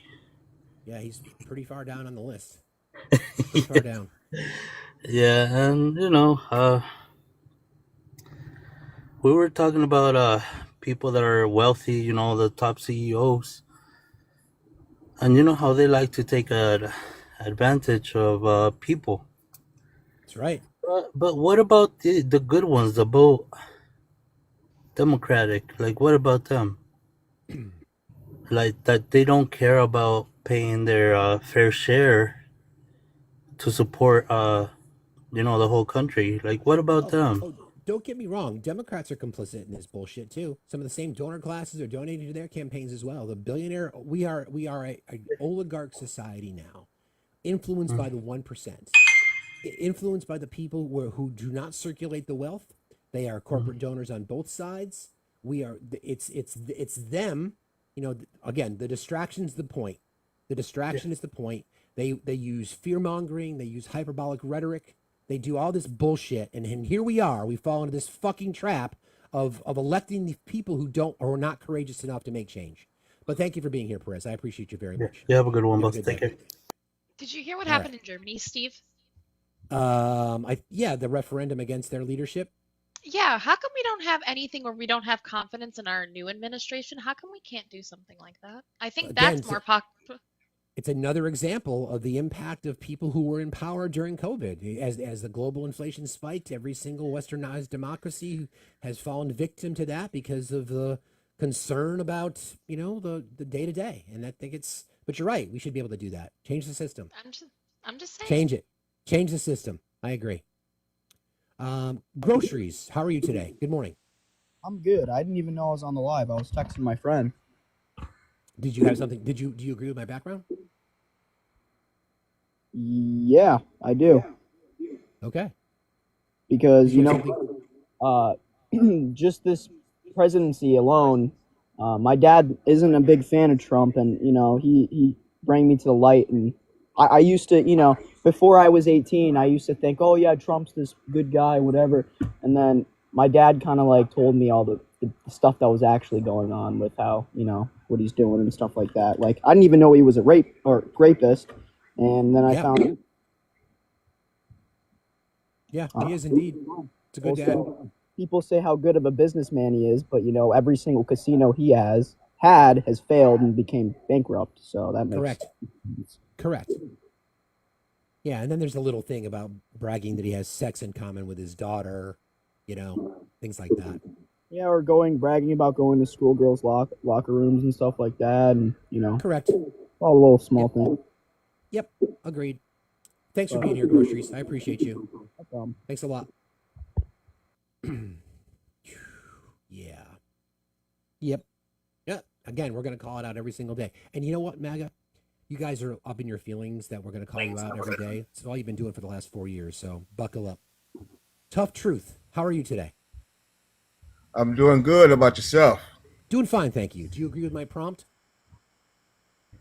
Yeah, I agree with your prompt, and one of the reasons why I hung around to kind of say my piece here is because while a lot of folks have been right about the things that they've been saying about who MAGA is and how this movement, how it got started, and all the rest of this good stuff, we fail to take into account how it is or the reasons that that common sense lost this election. Because this was not a referendum about two opposing political parties. This is more of a referendum about our country. We have put ourselves in a place where we have made anger and hate and divisiveness a political point getter. we have normalized criminality and have said it's okay when we have an opponent that is a top cop. The point I'm trying to make here is that through various through the news, through the various demographic groups that has posted themselves against Kamala Harris, we have put ourselves in a position where we have normalized what doesn't make sense, normalized what has been against the golden rule. And so as a result, we're saying, okay, Kamala Harris policies, as many of them that she has put up, is equal to normalizing Donald Trump's crazy. And that's the thing that I think that we're kind of like missing here, because who was it? Jeffrey said recently in a speech that the swing states didn't downvote for Donald Trump. Well, and then some people are using that to A lot say, of them, that's true.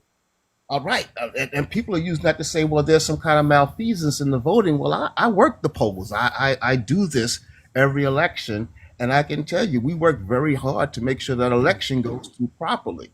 And for very little money. So the point is there's no incentive there for people to play around with the vote that actually work there. We actually do that because we want to be a part of the process. So what I can't understand is why we're forgetting about the people who downvoted Democrat but voted for Donald Trump. I mean, these are people for some reason they did not like Kamala Harris. They could have been Democrats, they could have been Republicans and independent.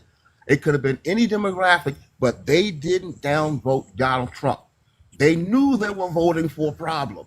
Yeah, And internalized misogyny, racism, sexism. There's lots of factors that exist on the left too. We shouldn't fool ourselves. That exists there. and and this is where they don't like what I have to say, but this is where Democrats have the problem.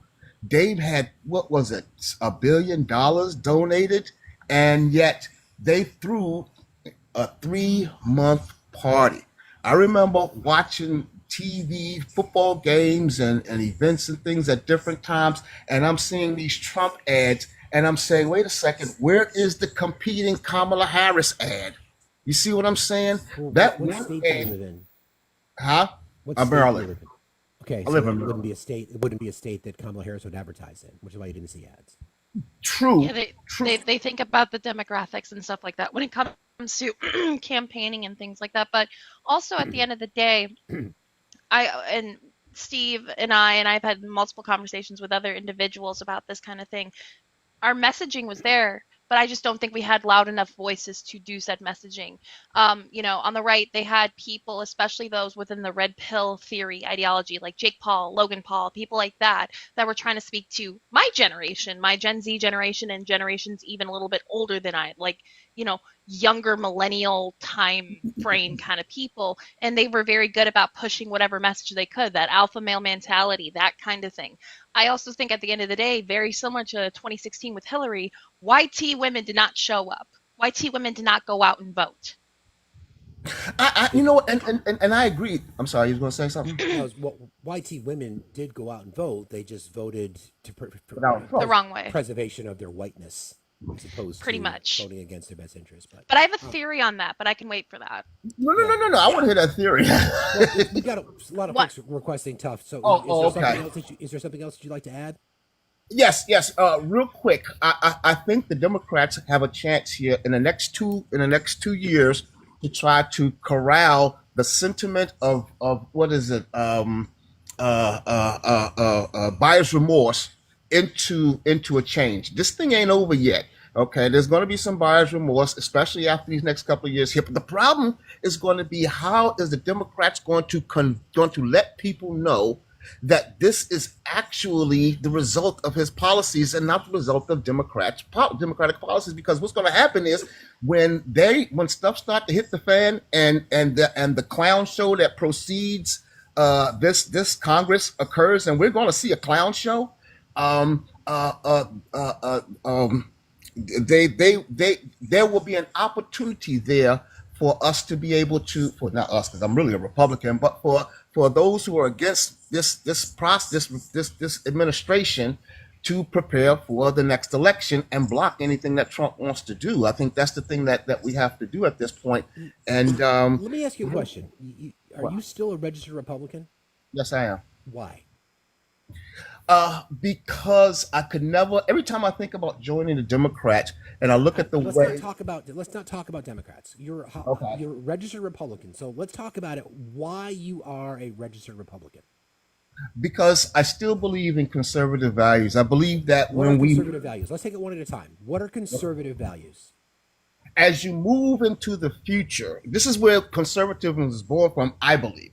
As you move into the future, you don't rush into fixing social economic problems simply by throwing money at it. Okay. So conservative. So then I would I'll challenge that because since the 80s, Republican and conservative values are the ones that have contributed to our deficit, outspending Democrats almost 3-1.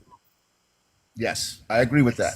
Okay, so then we've got 40 years of that tough. We have 40 years of that.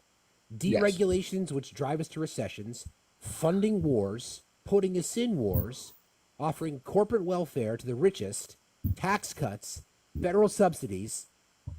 I mean, what are you what are you voting for?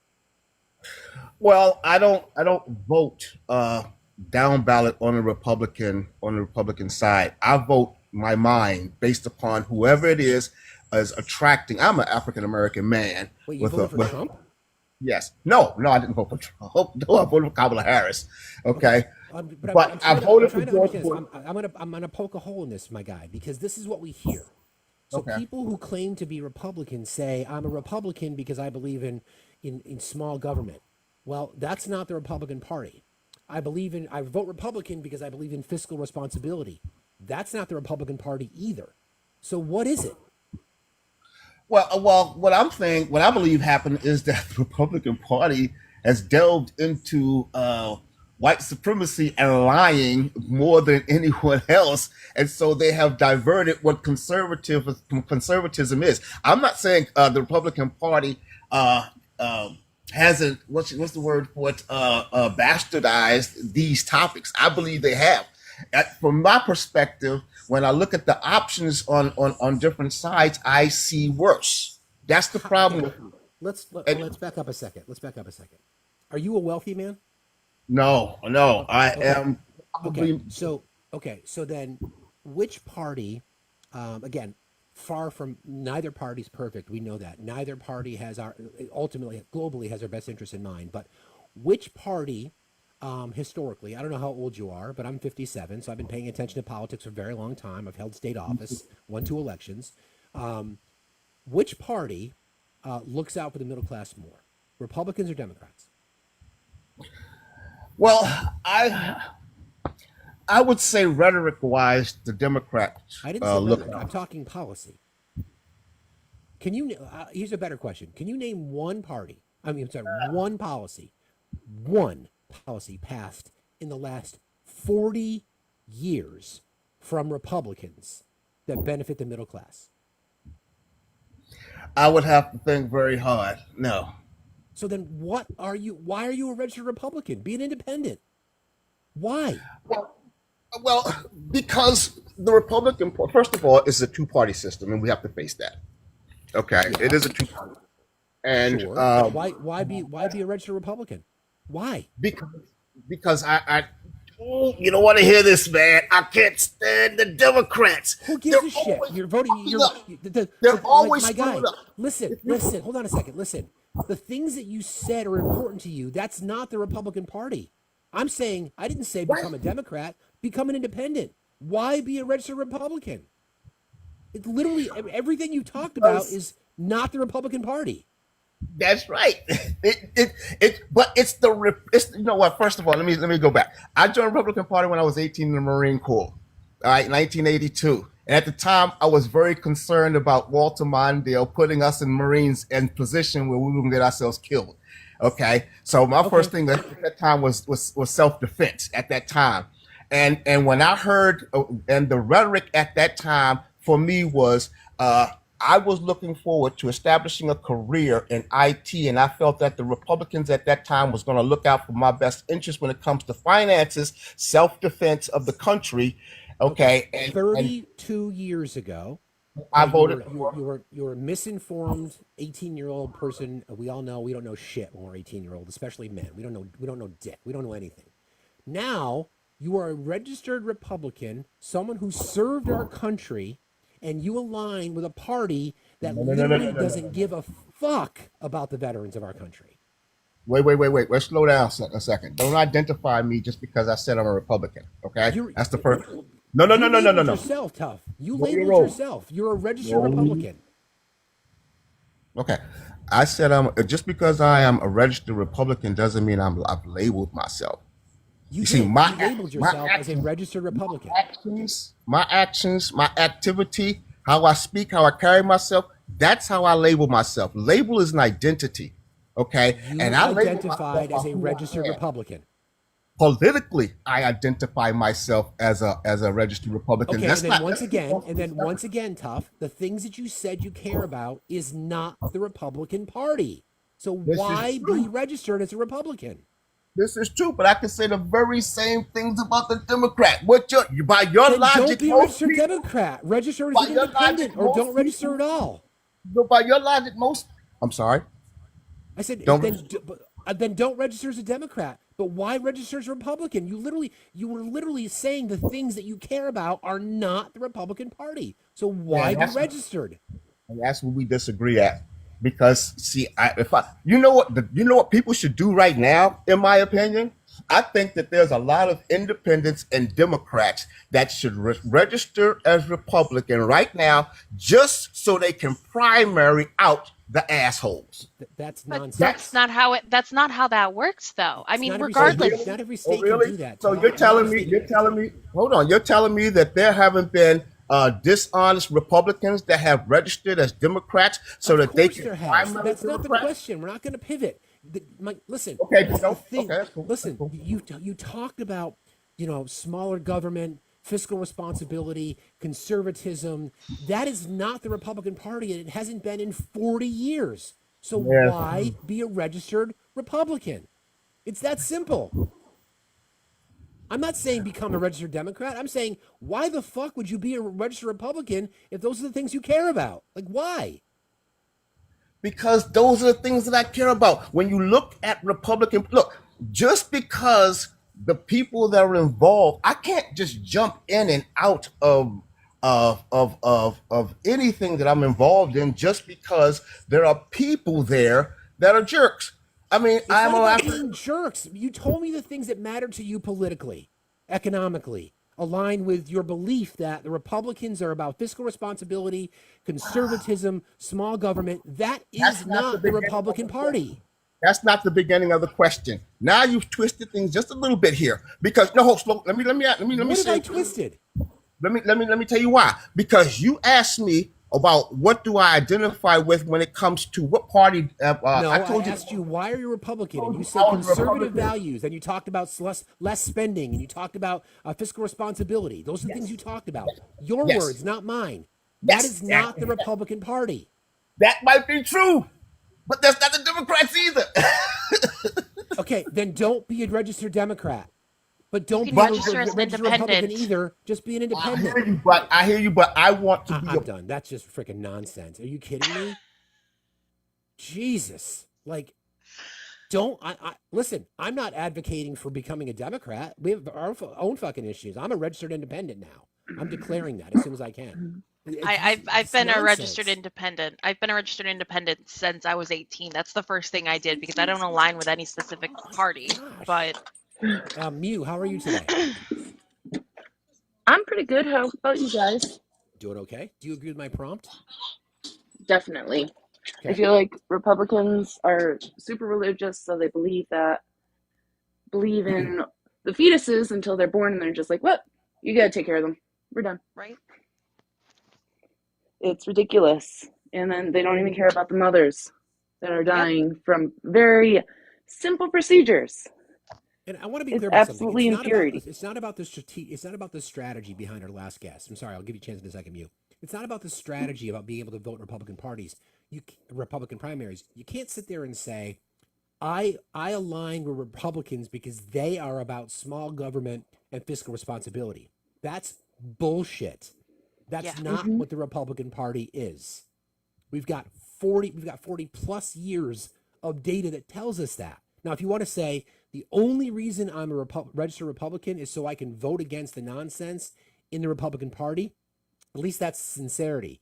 But don't try to mask it by saying, well, it's because the Republicans are small government and fiscal responsibility, because that's nonsense. Sorry, Mew, go ahead. No, it's nonsense. Kids are dying regularly in schools. Women are dying regularly in hospitals because they can't do a simple procedure. Everything is absolutely insane. And we need changes, and the lobbyists don't let that happen.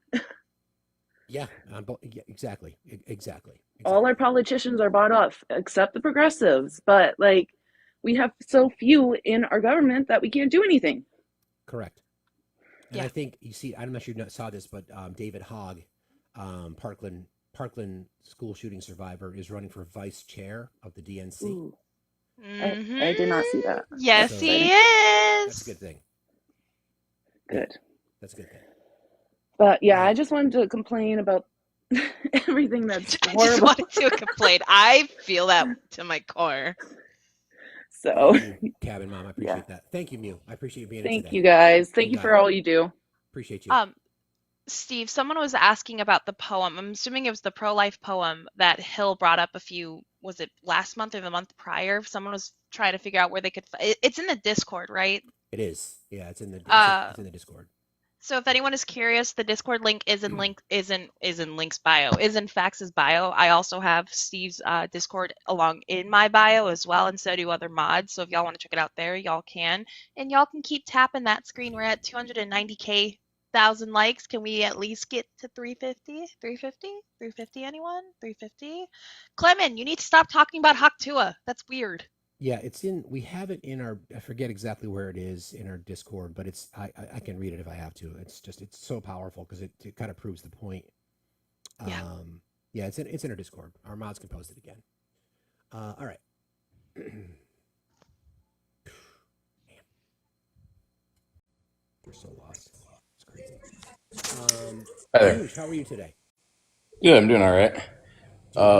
Yeah, so I did. Yeah, I do. So we are talking about protecting kids in terms of like schools and things like that, right? I'm assuming, or just in general? Not just that, just protecting kids. Yeah, just in general, right? I guess my question is like, what's the effectiveness that the Democratic Party has really had within the past 20 years? Because 16 of the last, 12 of the last 16 years, Republicans or Democrats have been right. in power. How about we go back to 20 years? Do you know what a bicameral Sure. government is, Anush? Yeah, of course. Yeah, we have a government. We have a government that has it's like you're talking about like a two-party system. Like we have more than one. We have the Senate and things like that, and then right. It just means that we have legislative bodies that pass laws. So do you know what the Yeah, split right. has been in that 12 to 16 years?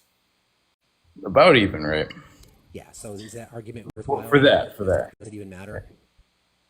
Doesn't it take Congress? Doesn't Congress pass laws? Sure. Yeah. So then, is that argument really viable? Well, Congress passes laws, yeah, but I mean, when you have the presidency, you tend to. But when you have someone like Mitch McConnell sitting on a bill for months on end and not having it move forward, when you have other individuals that are constantly blocking bills that, I mean, as simple as this, right? Everyone screams about mental health. It's a mental health problem, right? But any single time we have put some kind of bill to help and benefit with mental health care, the Republicans always shut it down. Can you tell me why? Well, you're saying the Republicans do. I think actually sounds like more like Mitch McConnell does. And now there's something that I think a lot Mitch of McConnell? That's his party. Yeah. Mitch Hold on a McConnell second. is a Republican. Yeah.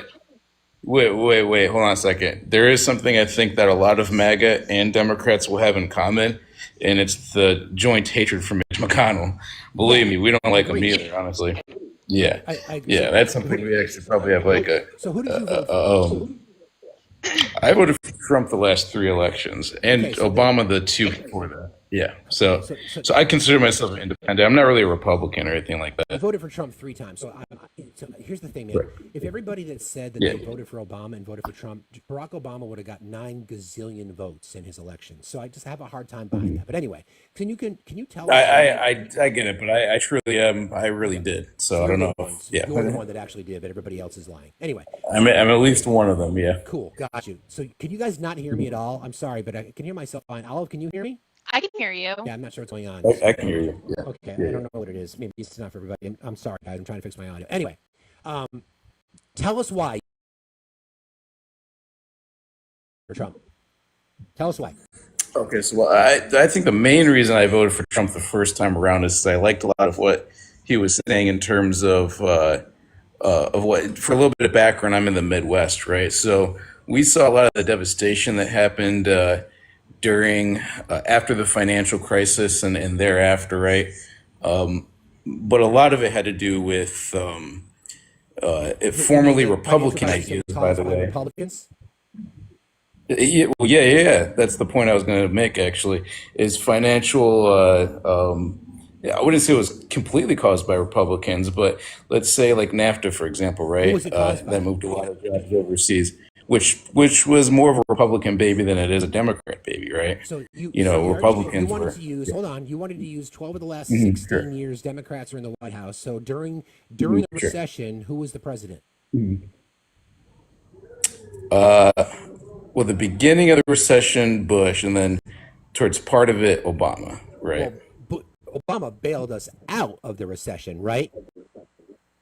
I guess we can kind of agree to. I mean, I'm not saying that Obama himself bailed us out of the recession. Well, wait a second. Let's be Yeah, we got to be we exited consistent, the recession. Anuj. We got to be Yeah, consistent on yeah, our yeah. conversation, right? Because you like to use that talking point from the right.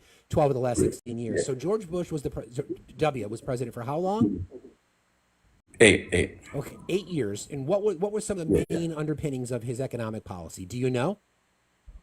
Oh man, so I was a kind of a kid when George Bush was. So I was like in So my I'll help you early out. teen years. I'll help you out. Tax Yeah, cuts for the sure, rich sure. and deregulating banking Right, and the auto industry in particular.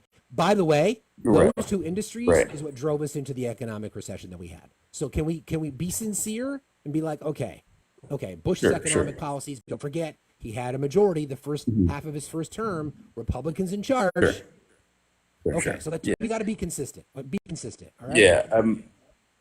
Yeah, the Republican Party of old is not one you'll ever see me defending, But you personally. voted for So, it.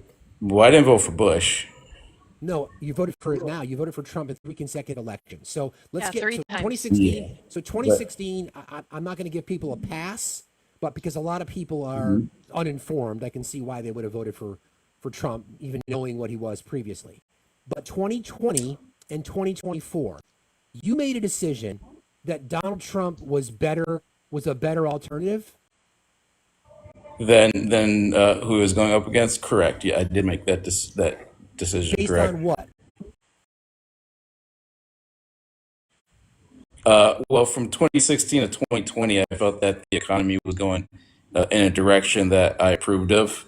What did he do? What did And then Trump do for the from economy in 2016 through 2020? What did he do? well, tax cuts. I mean, that's a big part of it. So are you in the Restructuring trade 1%? agreements. Are you in the 1%? Restructuring trade. Well, restructuring trade agreements. So Tariffs on what certain trade agreement? goods. What trade agreement did he restructure? NAFTA turned into the USMC.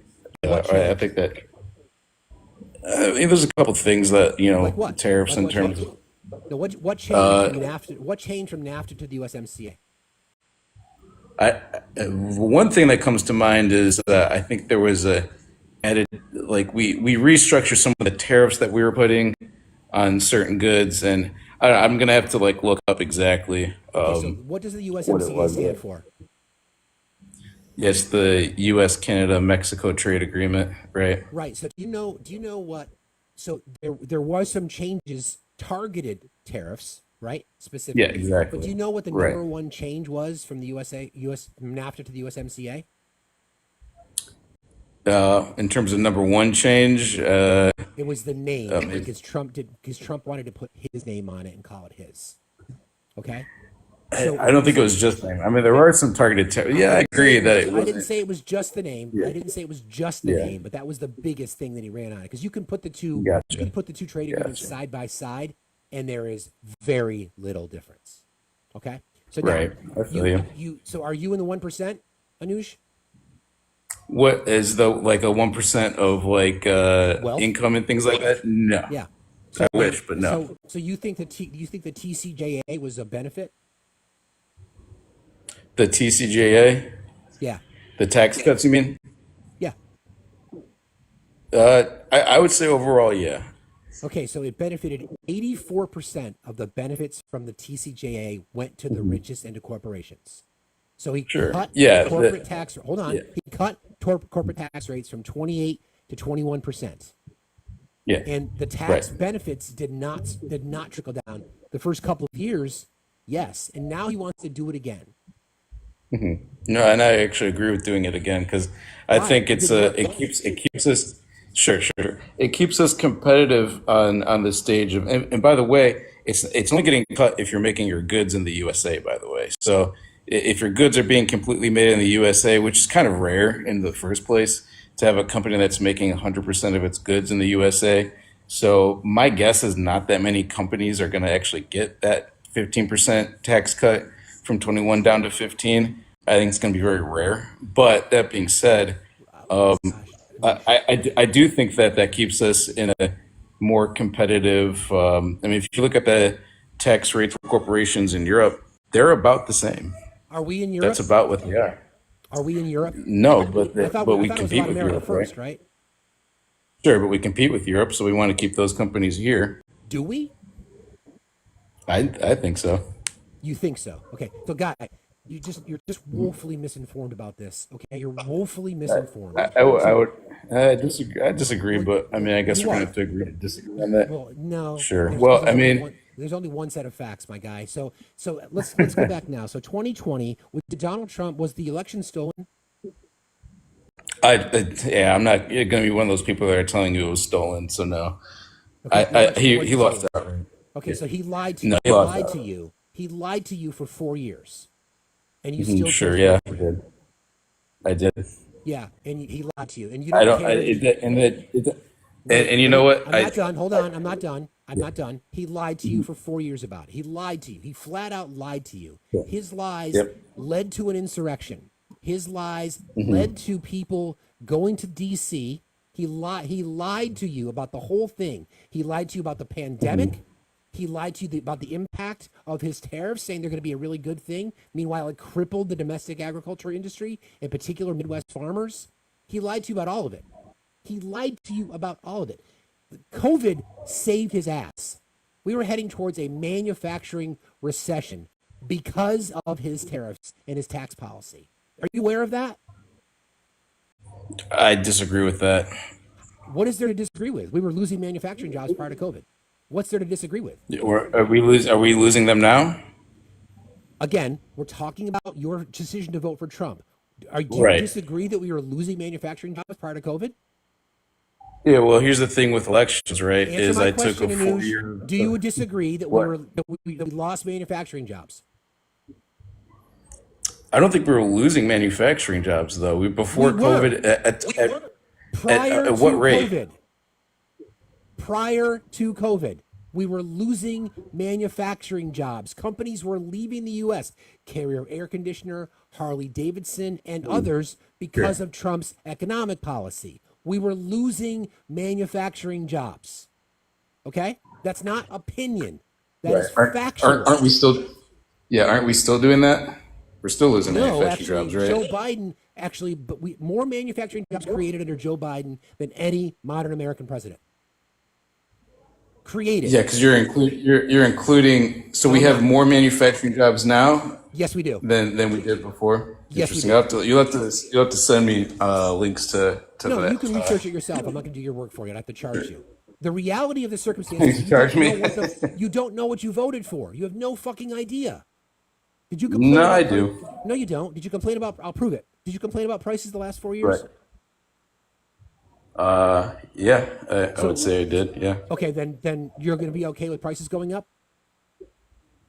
I don't think prices are going to be going up that much, to be honest with you, because last time tariffs happened, targeted tariffs.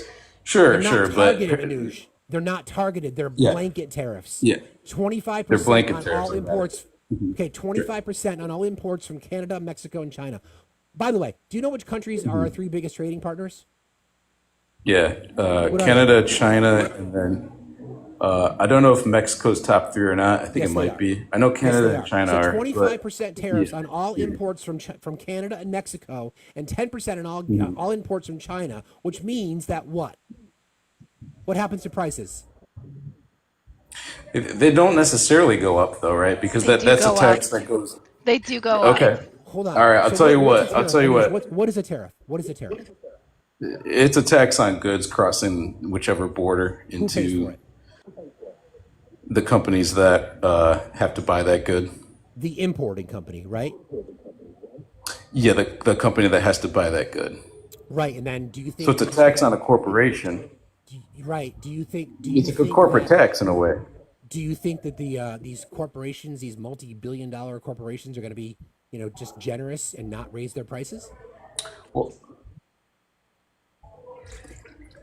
Well, not if you're necessarily giving them a tax cut in other areas, right? So if Oh, their operating costs are the same, right. So see but what I you're guess doing we'll have to again? see in about 4 years, right?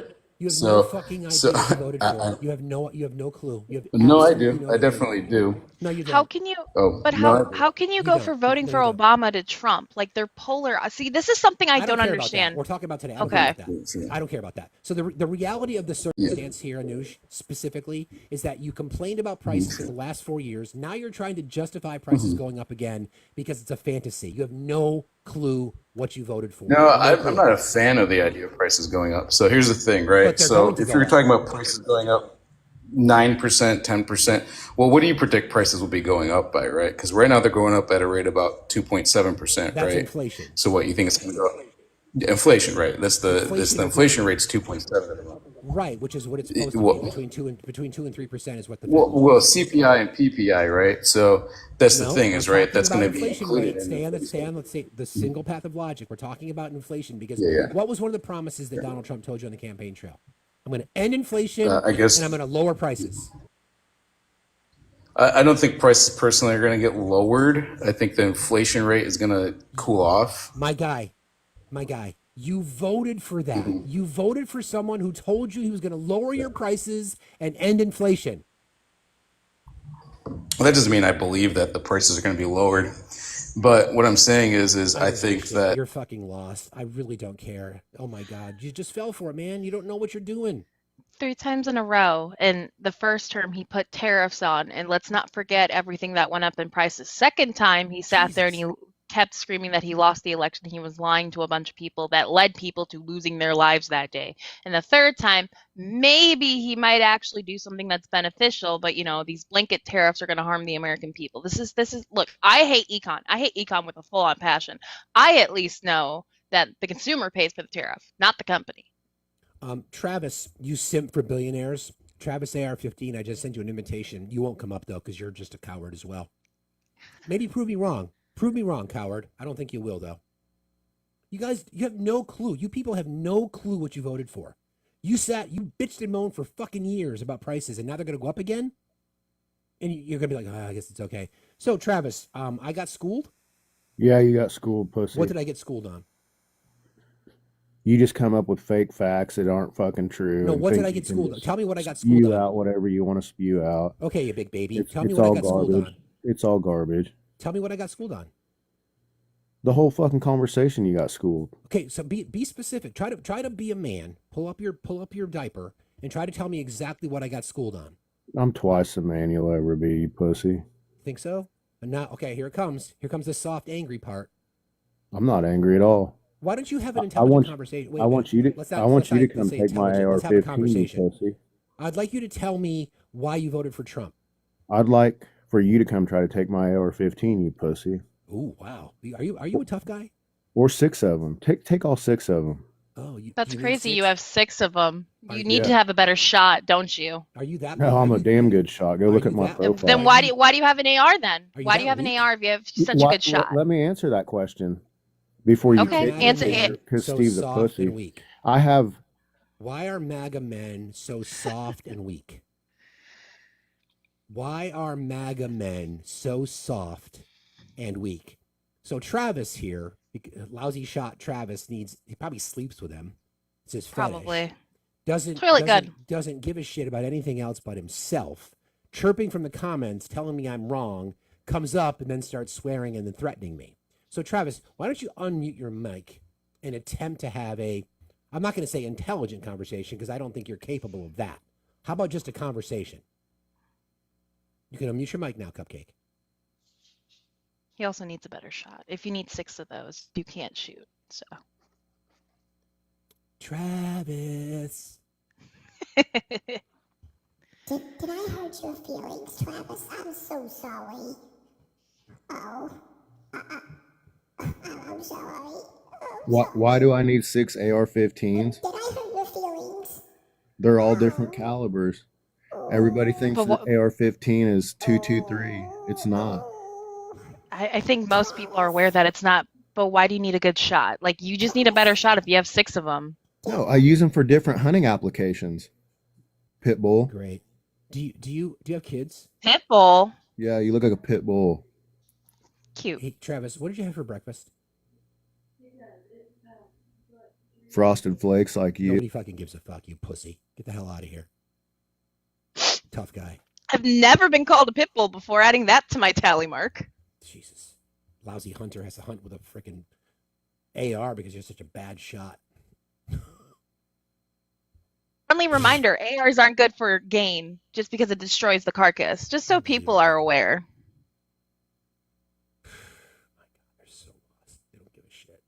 He said some frosted flakes, as if that's a threat. And then all of a sudden, you're a pit bull. I'm a pit bull. Rawr.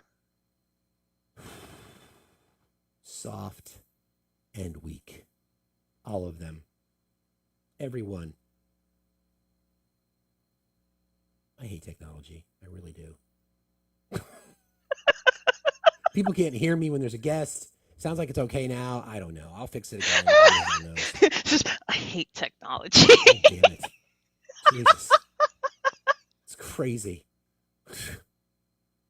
Pit bulls are sweet, adorable, cuddly. I mean, They're I'm not great. taking that as an offensive thing. I mean, if you would have called me a chihuahua, maybe I would have had some more fighting words back and forth. But I mean, I'd rather be called a pit bull than like a bird. Chia hua hua. Just right?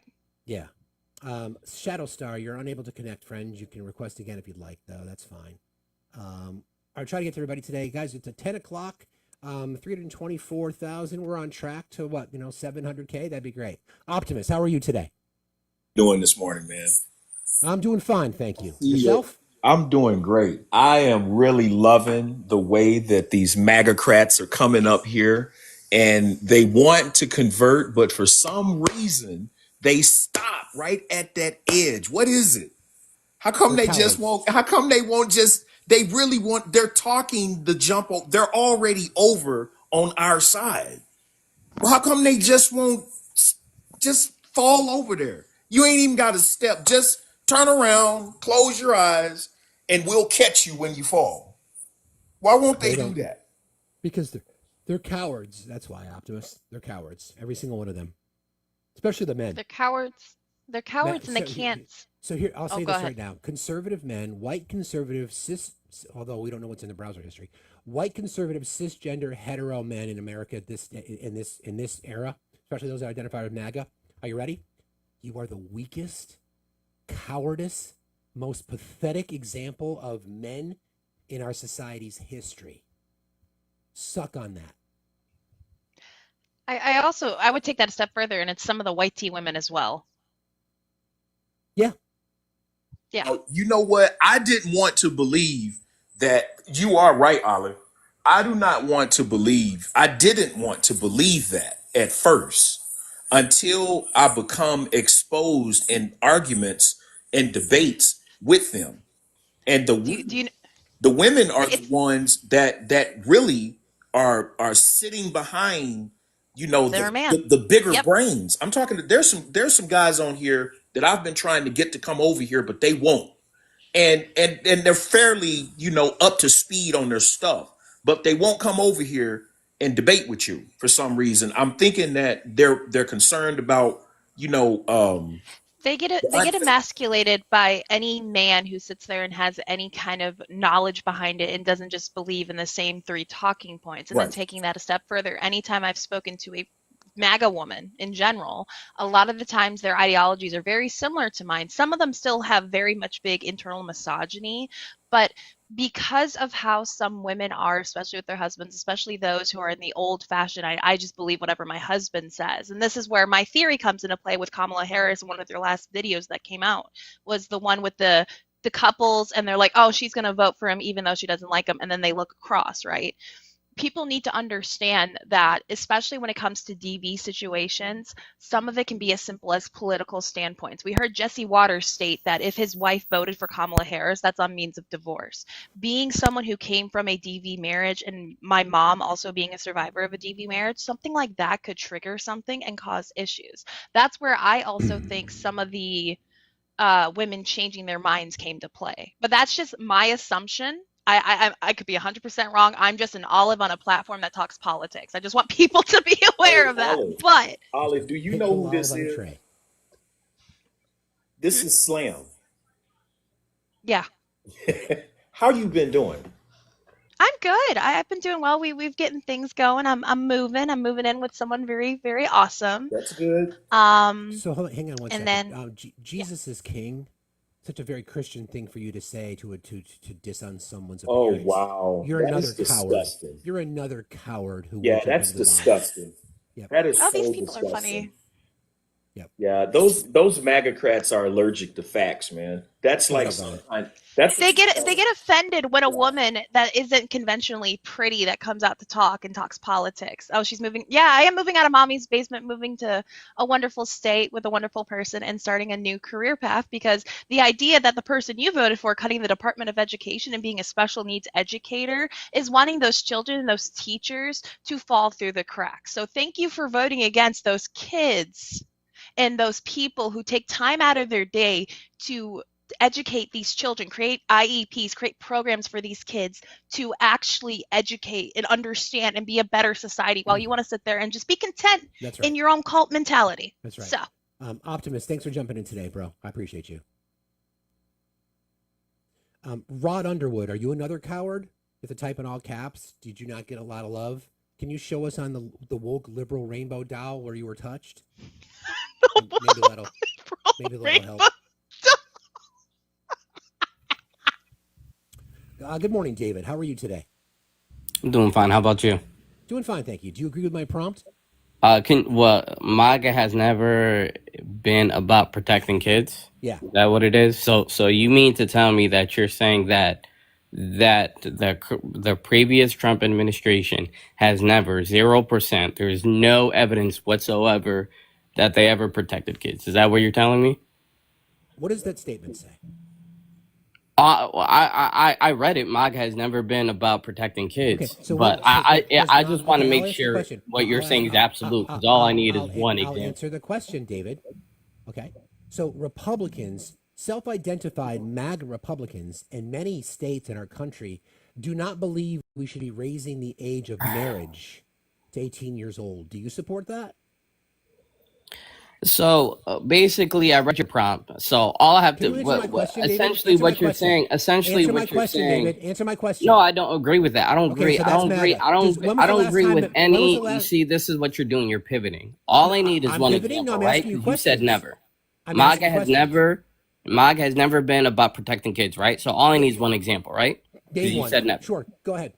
Okay, so executive order. So you understand. You look like you're primed. You're seasoned. You do understand what an executive order is, right? Yeah, why don't you tell me what executive So order is? executive order is something we have three checks and balances. We have three checks and balances of power. The executive is something that Trump was directly, or any president is directly responsible for, because it's executive branch. So he's directly responsible for this executive order. David, what is an executive order? An executive order is something that's actually called by the president. That doesn't need to go through Congress. He actually can write it in. Yeah, it's not law, right? Yeah, it's not law, but it's actually an executive order. So he's directly responsible for. I know what an executive order is. Chat, guys. We love I the know, TikTok chat. I Hold on, know, David, I know hold you on. want to. I know you want to David, die. I'm not gonna. I'm just F1 in the chat, guys. We love the TikTok shop. Everybody, if you couldn't mind, we're trying to avoid that warning. Okay, David, again, you don't really know what an executive order is because it's not law. It is just something that the president can do. It's not law. Yeah, the president can do. So then I just say that something that Trump was directly responsible for. That's but why it's not law. That It's not a law. order. An executive order has a time frame, right? As simple So, as the hold on, concept of David, the question. David, I get to finish before you do. The thing you need to understand about an executive order is it has a time frame. A perfect example, right? He did an EO on a ban on bump stocks, right? It was considered unconstitutional by the Supreme Court underneath the Biden administration, which cut that executive order. No different than the Remain in Mexico ideology that Trump had. It was an executive order. It was not It wouldn't be signed into law. ideology. That would be an executive order. But yeah. Oh, So, thank you. David, So I'm just trying what to is mention one of Trump's executive orders. That's what is it? directly MAGA, directly he was responsible for. What is it? You're Executive trying to order. get semantics. So Executive Order 1,303, combating human trafficking and online child sexploitation in the United States. So basically what that did, law enforcement in crime, online child exploitations, effort to combat law enforcement's in crime trafficking in persons, efforts to combat child trafficking.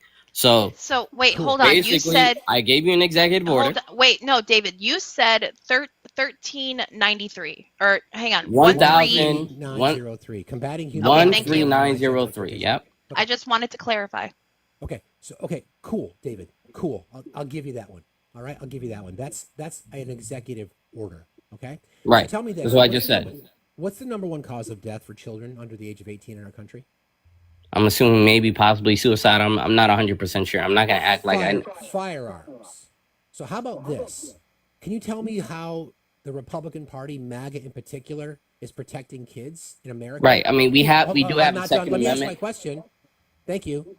The number one cause of death for children under the age of 18 in our country is firearms death. So can you tell me if that is the number one thing? So I'd like to think that, would you think that protecting American citizens, children, is a bit more important than addressing border issues that involve people who are not in our country? Well, I've had personal stories. Don't care. I'm asking the question. Don't pivot. Who's pivoting now? Of victims. Who's pivoting now? Who's pivoting criminal now? behavior from illegal immigrants. But let's get back. Let's get back to the. Let's get back to the executive order. You said never. That's how it works. Again, the number one cause of death for children in our country is firearms. Can you name a legislative policy to make changes coming from the right that will protect kids? Go for it. Sir, you just pivoted. You said MAGA has never been about protecting kids. They're not. You said never. That's an absolute. I literally gave you an example. All I have to do is give you one example. Have you read it? So my question to you. Have you read it, David? Have you read it? Have you read the CO? Yes, I have. So my question to you. So my question. My question to you. Stop talking. Have you read it? What does it say? My question to you. So my David, question. I'm going to keep muting you. What does it say? What does it say? You're filibustering. My question to you. I ask you to answer a question. Is what does it say? Is preventing child trafficking a good thing or not for kids? What does it say? It talks about the immigration system and exploitation of people outside of our country crossing the border. Answer the question: is child exploitation, online child sex trafficking? It's a straw man argument, David. Is that? No. Because argument. I'm making my point. You're not making a point. He just got flagged. It wasn't me. He got flagged. Well, yeah, he was saying unsafe TikTok safety words. So F1 in the chat, and make sure we all check out that awesome TikTok shop. Also, keep tapping that screen. That also protects the live. Share out the live. I want people to also be aware that executive order did jack shit. I want people to understand that. The issue specifically, and you'll notice again, this is the same thing we had a conversation yesterday. Somebody was not willing to give up his firearm, his rights to his firearm to protect American kids. But his argument against that was the Democrats believe in child labor in China. Right. I did not kick him. He got booted from the live for his nonsense. Once again, MAGA has never been about protecting kids. The same guy, David, who signed that executive order that didn't amount to anything, by the way, I was right, is the same guy who said he'd be dating a 10-year-old girl in 10 years. The same guy who walked in on Miss Teen USA contestants in their dressing room. The same guy who said his 1-year-old daughter, Tiffany, had great legs, but he wasn't sure about this yet. That guy that said he has sex in common with his daughter, or when Howard Stern, right to his face, said, "Your daughter's a piece of ass." I don't know about you, David, but if anybody walked up to me and said that my daughter had a piece of ass, they wouldn't have any teeth left. And I'm a nonviolent guy. But tell us again that MAGA is about protecting kids. You know, Miss Steve, me with your fucking hypocrisy. I had someone try to defend those statements that he said, right? And they're like, well, it was different back then. That doesn't change anything. It doesn't matter if that was something that was said 30 years ago, 40. It's fucking gross. Do not make statements like that about your... Poor Tiffany.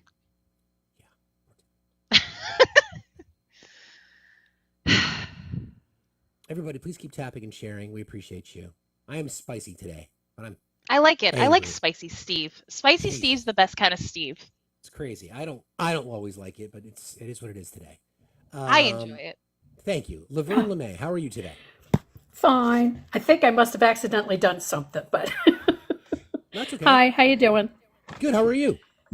I'm okay. So Did you have something on your mind?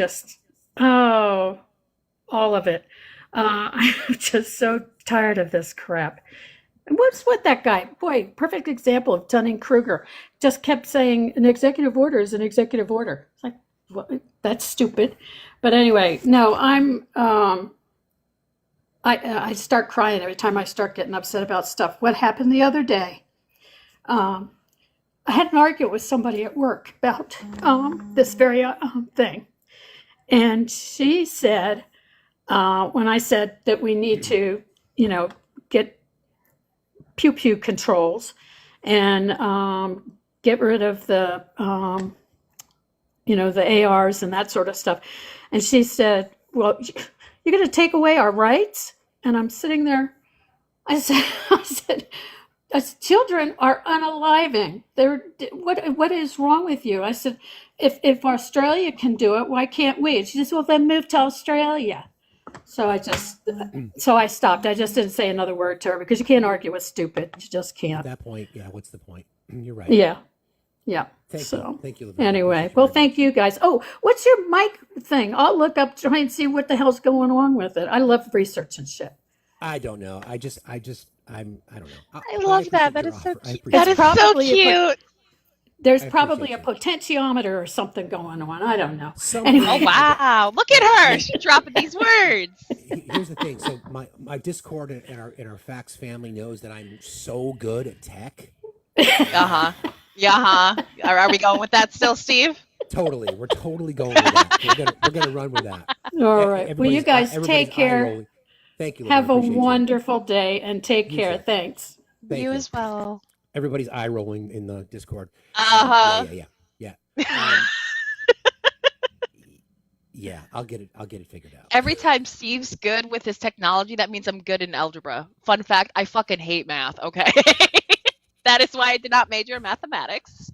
I have a new microphone, but it doesn't work with the sound card that I have. But anyway, I don't. Oh, real quick, can I plug something in? Can I plug something in real quick? So if you guys are curious, right, I got my degree in psychology and I graduated 6 months early because of a early graduate program.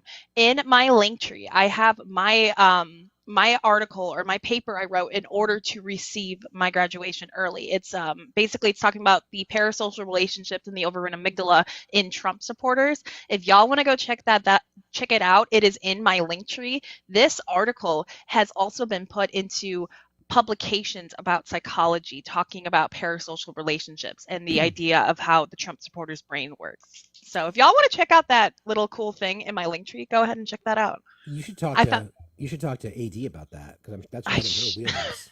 Look, that's the first thing I said. The first thing I said, I was sitting there and I'm like, overridden amygdala, parasocial relationships. I want people to be very much aware of that. Yeah. This is something that has been going on, and the whole point of me bringing that up, I've always asked them, what's an overridden amygdala? And the first thing they do is they run away. But I want people to be aware of it. So I want to share this story, just getting off topic for just a little bit, because we talked about, well, it actually relates about how the billionaire class, the oligarchical society that we live in now, and billionaires in the cabinet and billionaires throughout government and those are the people that we expect to look out for the rest of us. There's reporting, and I saw this morning, but I think Cookie sent this. Goldman Sachs asks in biotech research report, is curing patients a sustainable business model? Goldman Sachs analysts attempted to address a touchy subject for biotech companies, especially those involved in pioneering gene therapy cures. Once again, Goldman Sachs analysts attempted to address a touchy subject for biotech companies, especially those involved in the pioneering gene therapy treatment. Cures could be bad for business in the long run. Is curing patients a sustainable business model? Analysts asked in an April 10th report. The potential to deliver one-shot cures is one of the most attractive aspects of gene therapy, genetically engineered cell therapy, and gene editing. However, such treatments offer a very different outlook with regard to recurring revenue versus chronic therapies. While this proposition carries tremendous value for patients and society, it could represent a challenge for genome medicine developers looking for sustained cash flow. Yep. Again, I do not advocate for vigilante justice. I do not advocate for people taking the law into their own hands. But can we start to understand why people were so angry and why people on the right are simping for more billionaires? People connected to this, the healthcare industry funds research studies like this, and then they don't want to make it public. I've got to find this quote because it's really, really relevant for this conversation that we're having right now. Everybody, please keep liking and sharing. Appreciate you very much. I'll find it. It's really, really important. And it speaks to the healthcare system in America prior to Reagan specifically, because everything goes back to him. Where is it? It's always Reagan. It's always Hashtag Reagan. blame Reagan. It's always Reagan. Where is it? I'll find it. Bear with me. I'm close. Everybody, please keep tapping and sharing. Appreciate you guys very much. I'm It's close. 4,000K likes. 400. Wait, not 4,000. 400,000K likes. Excuse me. Forget I'm not on my panel. Where is it? I gotta find it. It has to do. Is this it? No. It has to do with healthcare, the conversion from the not-for-profit model to the for-profit model, and how. Here it is, right here. Okay, this is from. I found it. Tech. Woohoo!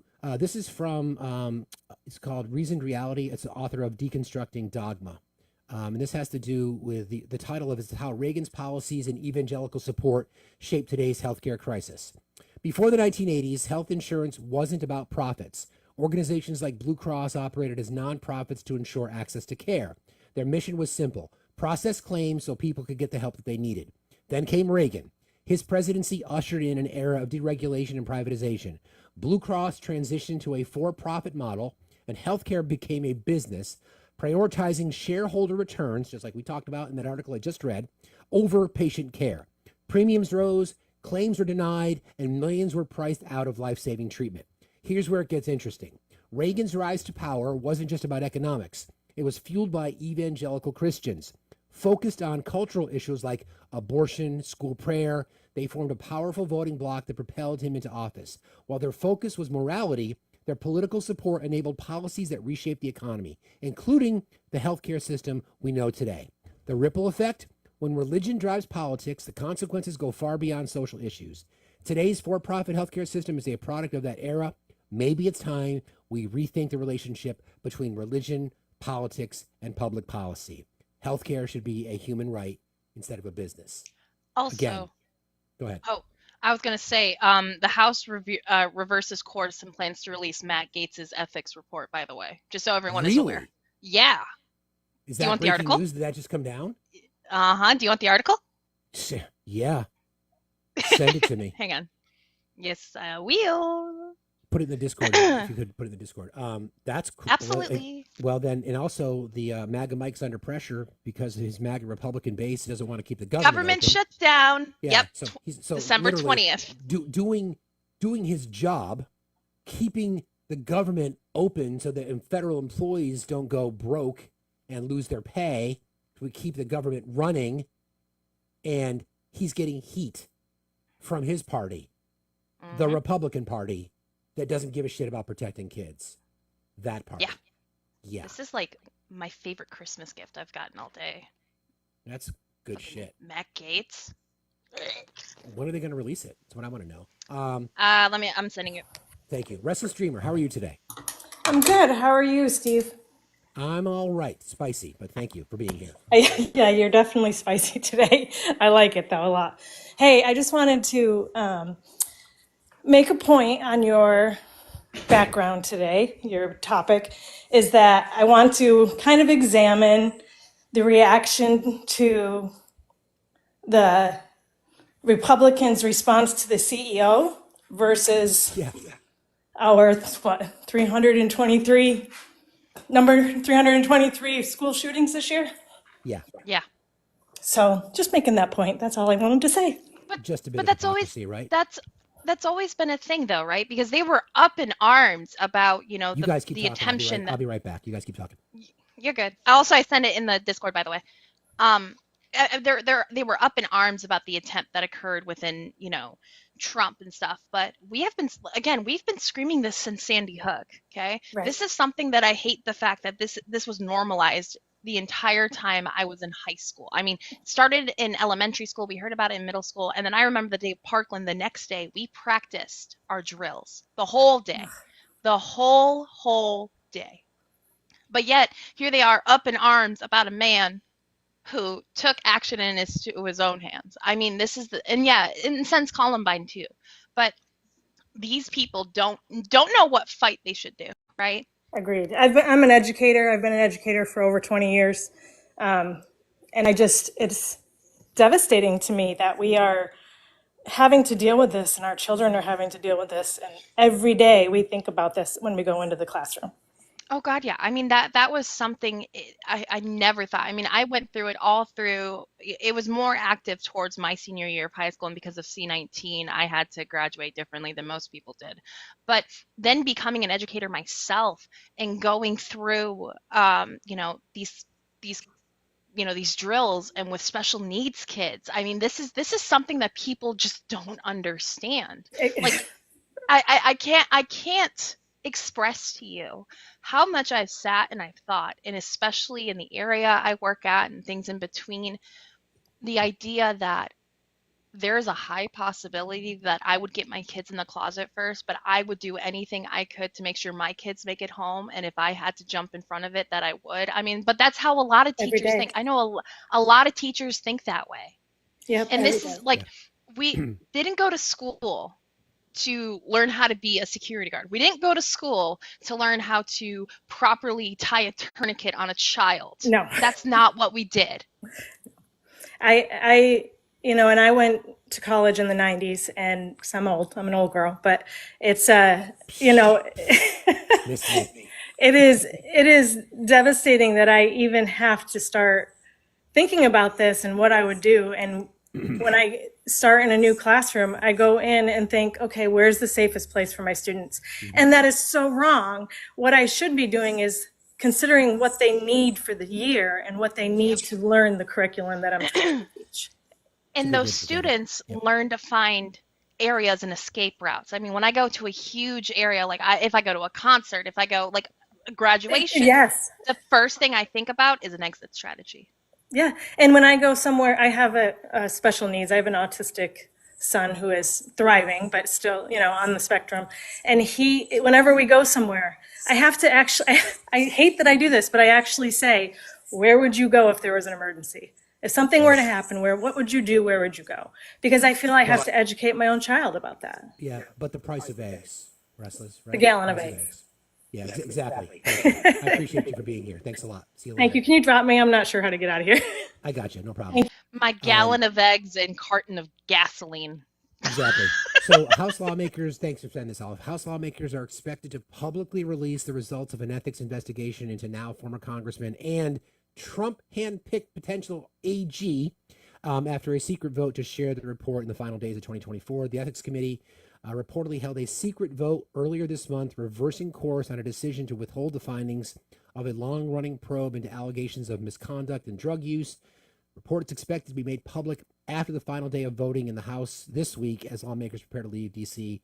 for the holidays. So they've got to wrap. There's a 72-hour rule, which basically gives, when there's massive pieces of legislation like a CR, which is a continuing resolution, The rule is that lawmakers are given 72 hours to review it. So for them to leave, so the 20th at midnight is when the government shuts down.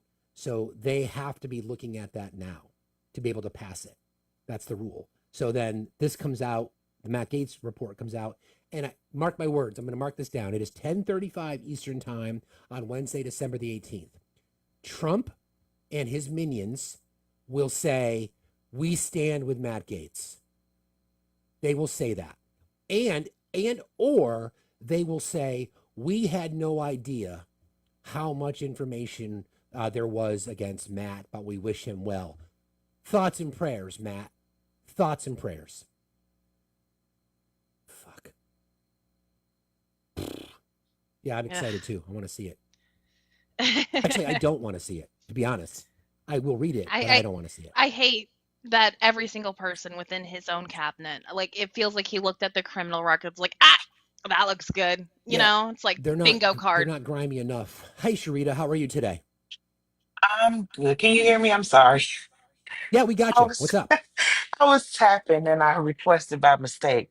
But I was, you know what, when that last, I don't know if he was young, I can't remember his name, but the one that was constantly trying to make his point, which he didn't have any. Oh, before he got kicked in? I don't even know who it was. I forget. Yeah. I usually, I love watching black and white old sitcom shows. And I watch Leave It to Beaver a lot. And he reminded me of Wally and Beaver when they always get into it. And Beaver is always calling him rat, rat, rat, rat, rat.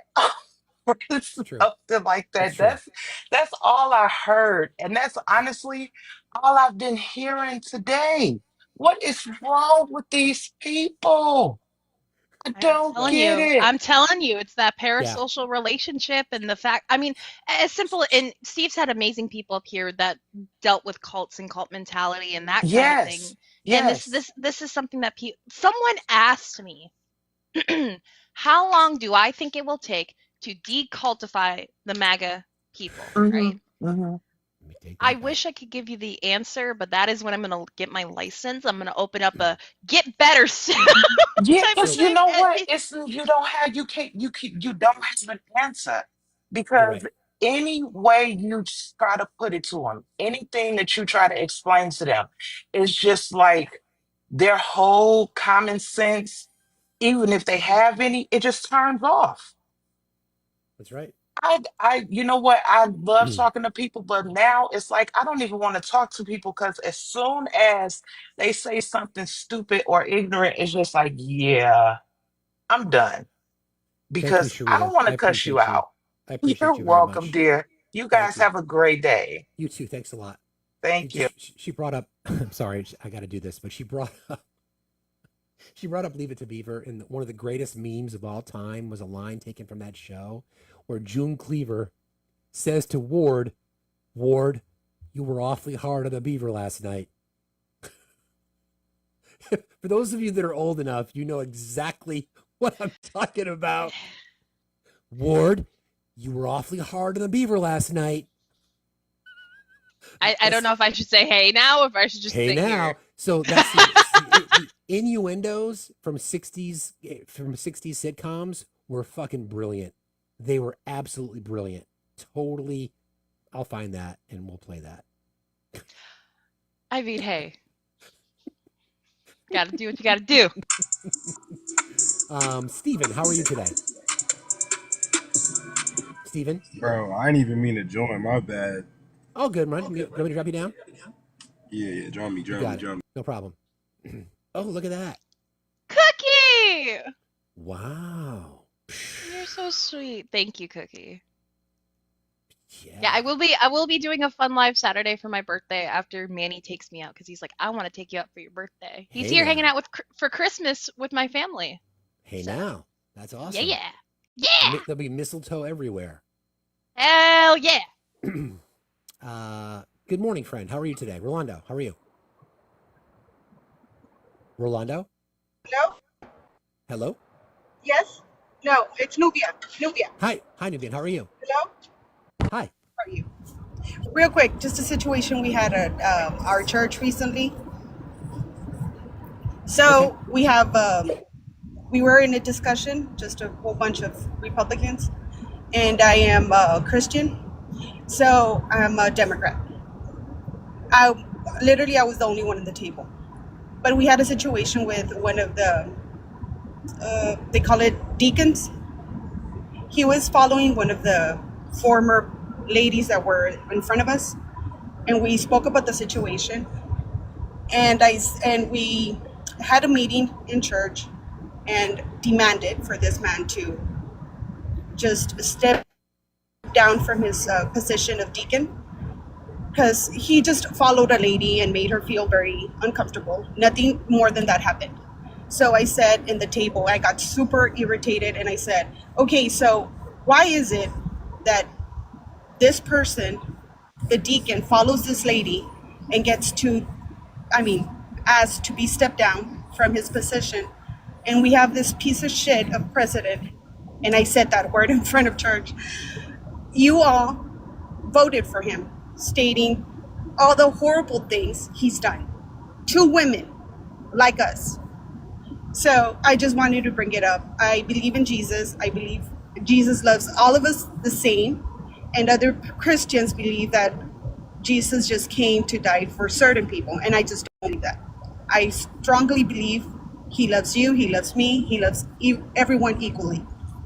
And I do have a problem because a lot of them don't feel like that. And I hate that. I hate it so much because we put out his name, and a lot of us sound very hypocrite because of that. Well, the thing is, though, is when we're talking about something like this, people do put out the bad mentality of it. And at the end of the day, it's the fact that people are sitting here and saying, well, the only way that you can be any kind of person is you have to believe in God. And then you have certain political people that are pushing religion. I mean, as simple as, Texas, Mississippi, Oklahoma, forcing teachers to add this a part of their curriculum and things like that.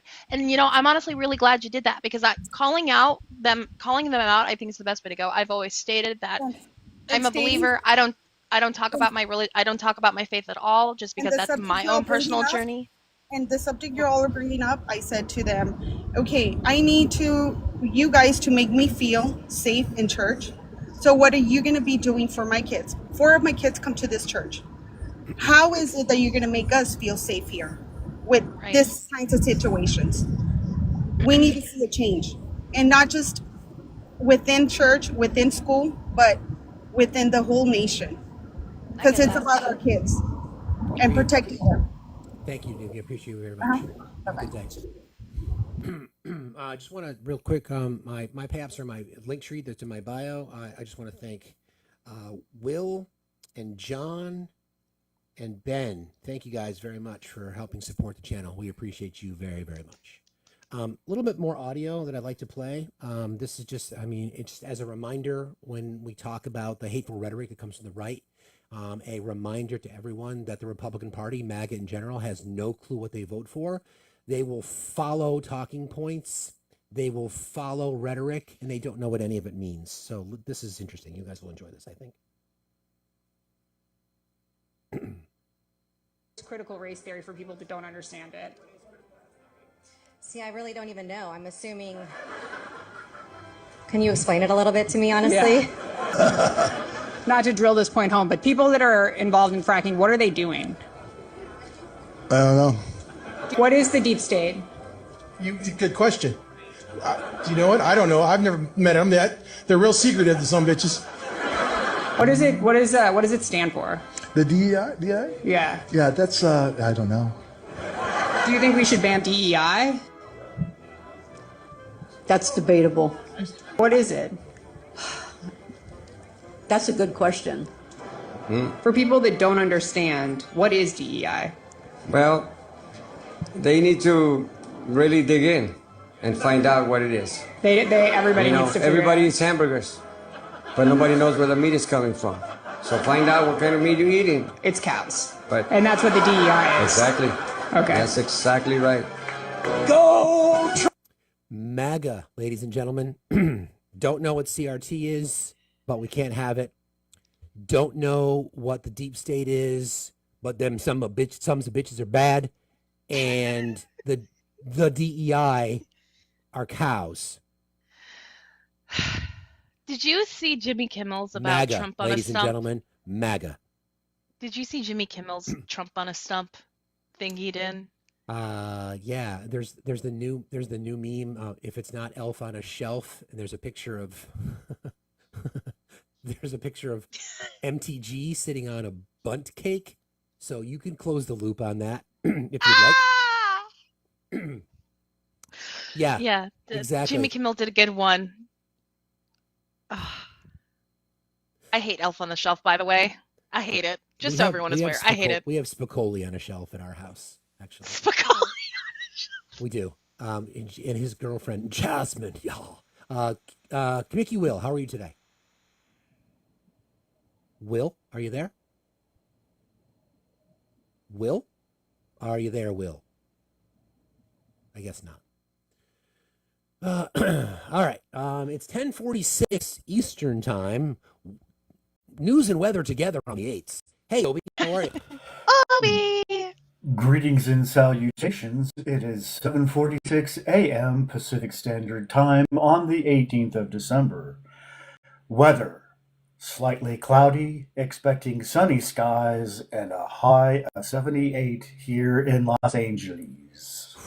Ooh, that's nice. It's nice over here too. It's just humid. And just so you all know, I was thinking about putting on a hoodie, but I don't know. My daughter wants to see some schools on the West Coast, LA in particular. Going to be seeing USC and UCLA in February, and I get a chance to hang out with Obi and Rusty in person. Something I've been looking forward to a very long time. So Big story happened. What? Story didn't happen. You have to take photos with Rusty. Oh, it's like the fiction. Yeah.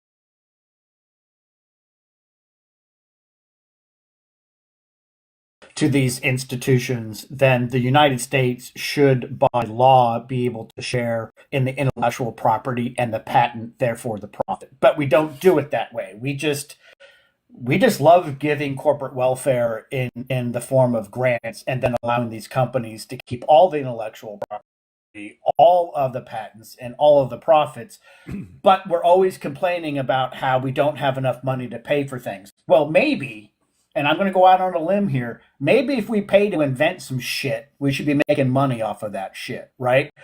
But who's I'm going to get to your topic above your head. Which party has been getting in the way of this happening since time immemorial? That would be the Grand Old Party. How do we know that the Grand Old Party doesn't give a shit about protecting kids?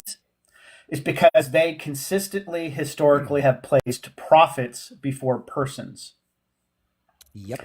And we also know that the only reason why there's been any protest against Roe v. Wade is because of racism. It has nothing to do with women or pregnancy. It has to do with racism because they couldn't talk about segregated schools. More importantly, the Fed is expected to cut its rates again. Now, dear MAGA, if our economy is in such shambles, how is it that the Fed is already thinking about cutting rates again? Which, by the way, consumers, this doesn't help us at all. It actually makes things worse for us. But anyway, I get it because people want to buy a house and everybody's used to low interest rates. But where interest rates are right now are pretty good, and it's really good for the economy in the long run. Doesn't help new home buyers, but there are programs for that. Oh, wait, I'm sorry. Vice President Harris didn't win, so her program isn't actually going to be able to help anyone. I think the irony of that young gentleman that was up here, and I'm literally cooking myself breakfast, and I'm hearing the circular argument about executive orders. Oh my God. We can't do it today, but maybe we should have a segment for maybe 30 minutes in which we actually explain what an executive order is versus what an executive order isn't. I believe that people think that it's some kind of magic wand, It's not. right? That has inherent powers above and beyond the Constitution. What it is at the end of the process is the president has this ability to kind of like put a band-aid on something. That's what they were supposed to be used for, as a way to force the legislative body to enact laws. Yeah, it's even, but what even more is than that. Emergency action, oftentimes. Right, The right. history of the EO is about emergency action to respond Right. to something so that it didn't have to go through Congress, always knowing that it was going to be either subjected to constitutionality, the Supreme Court, or Right. that it would just be overturned by the next administration, things like that. So Right. there's history. And generally speaking, when you and I were young, Congress would sit down and actually address the problem because it was almost as if they knew what their job was. Correct. Today, it's used to circumvent Congress because one party or the other controls the seats of power and therefore the committees that have to pass legislation along. And so it's used as a bipartisan tool. It's not used for any emergency purposes. But then again, people literally will be saying on lives today when the Fed cuts the rate that the Fed is doing it because Trump was elected. Of course they will. Of course they will. Right? And by the way, your shirt is fucking awesome. I want to be a dentist.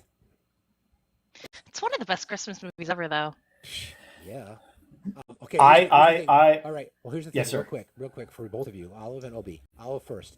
Olive, is Die Hard a Christmas movie? Yeah, it is a Christmas movie. Obi? 100%. It's America's greatest Christmas You movie. guys are both foolish. Just because, seriously. It's not, Look, we had a whole conversation about this in one of my classes of sophomore year of college, and I sat there and I looked at people and I rode until the hill I unalived on. I'm like, you cannot tell me it's not a Christmas movie, okay? My favorite Christmas movie is The Polar Express. I want people to be aware of that. My second favorite Christmas movie is Die Hard, okay? so Just saying. just because the movie happens to take place on or around a particular holiday, does that make it a Christmas movie? Yes. So case in Steve, point, if there's a movie that is in the middle of summer and it happens to go around mid-June, does that mean it's a Flag Day movie? yes. No. It does not. But Steve, let me ask you that. Do you think The Nightmare Before Christmas is a Christmas movie? The Nightmare Before Christmas is not a Christmas movie. No. Thank you. See? Logic. But no, Die Hard is a Christmas Yeah, movie. Lethal Weapon. Perfect example. Lethal Weapon, around the holidays, not a Christmas movie. Why is that not in the same conversation? Yeah. I know. We've got universal health care that we have to figure out, but this right now is really important. First of all, if we can't figure this out, we've always got the space elevator. We've always got that. Not the space elevator. I mean, there's something to be said about that. Now let's just recognize that I said that for effect. I don't believe anything, say, post 1980 is a, in quotes, good Christmas movie, right? Oh, come on, Polar Express. Just Obi.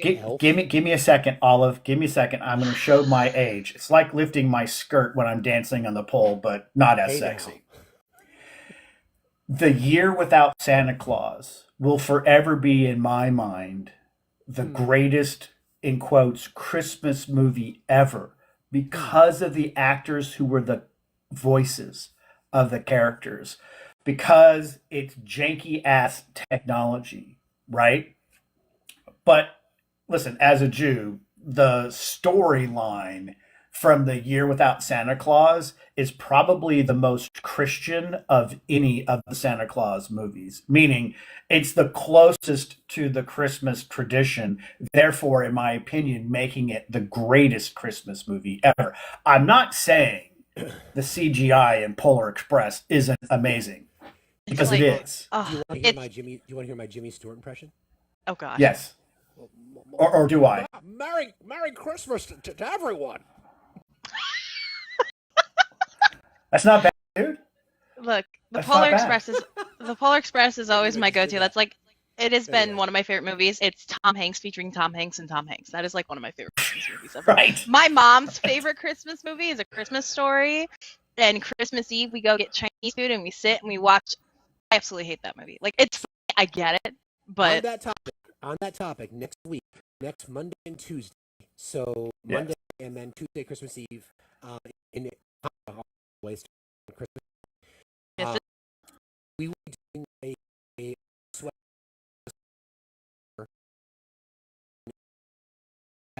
used to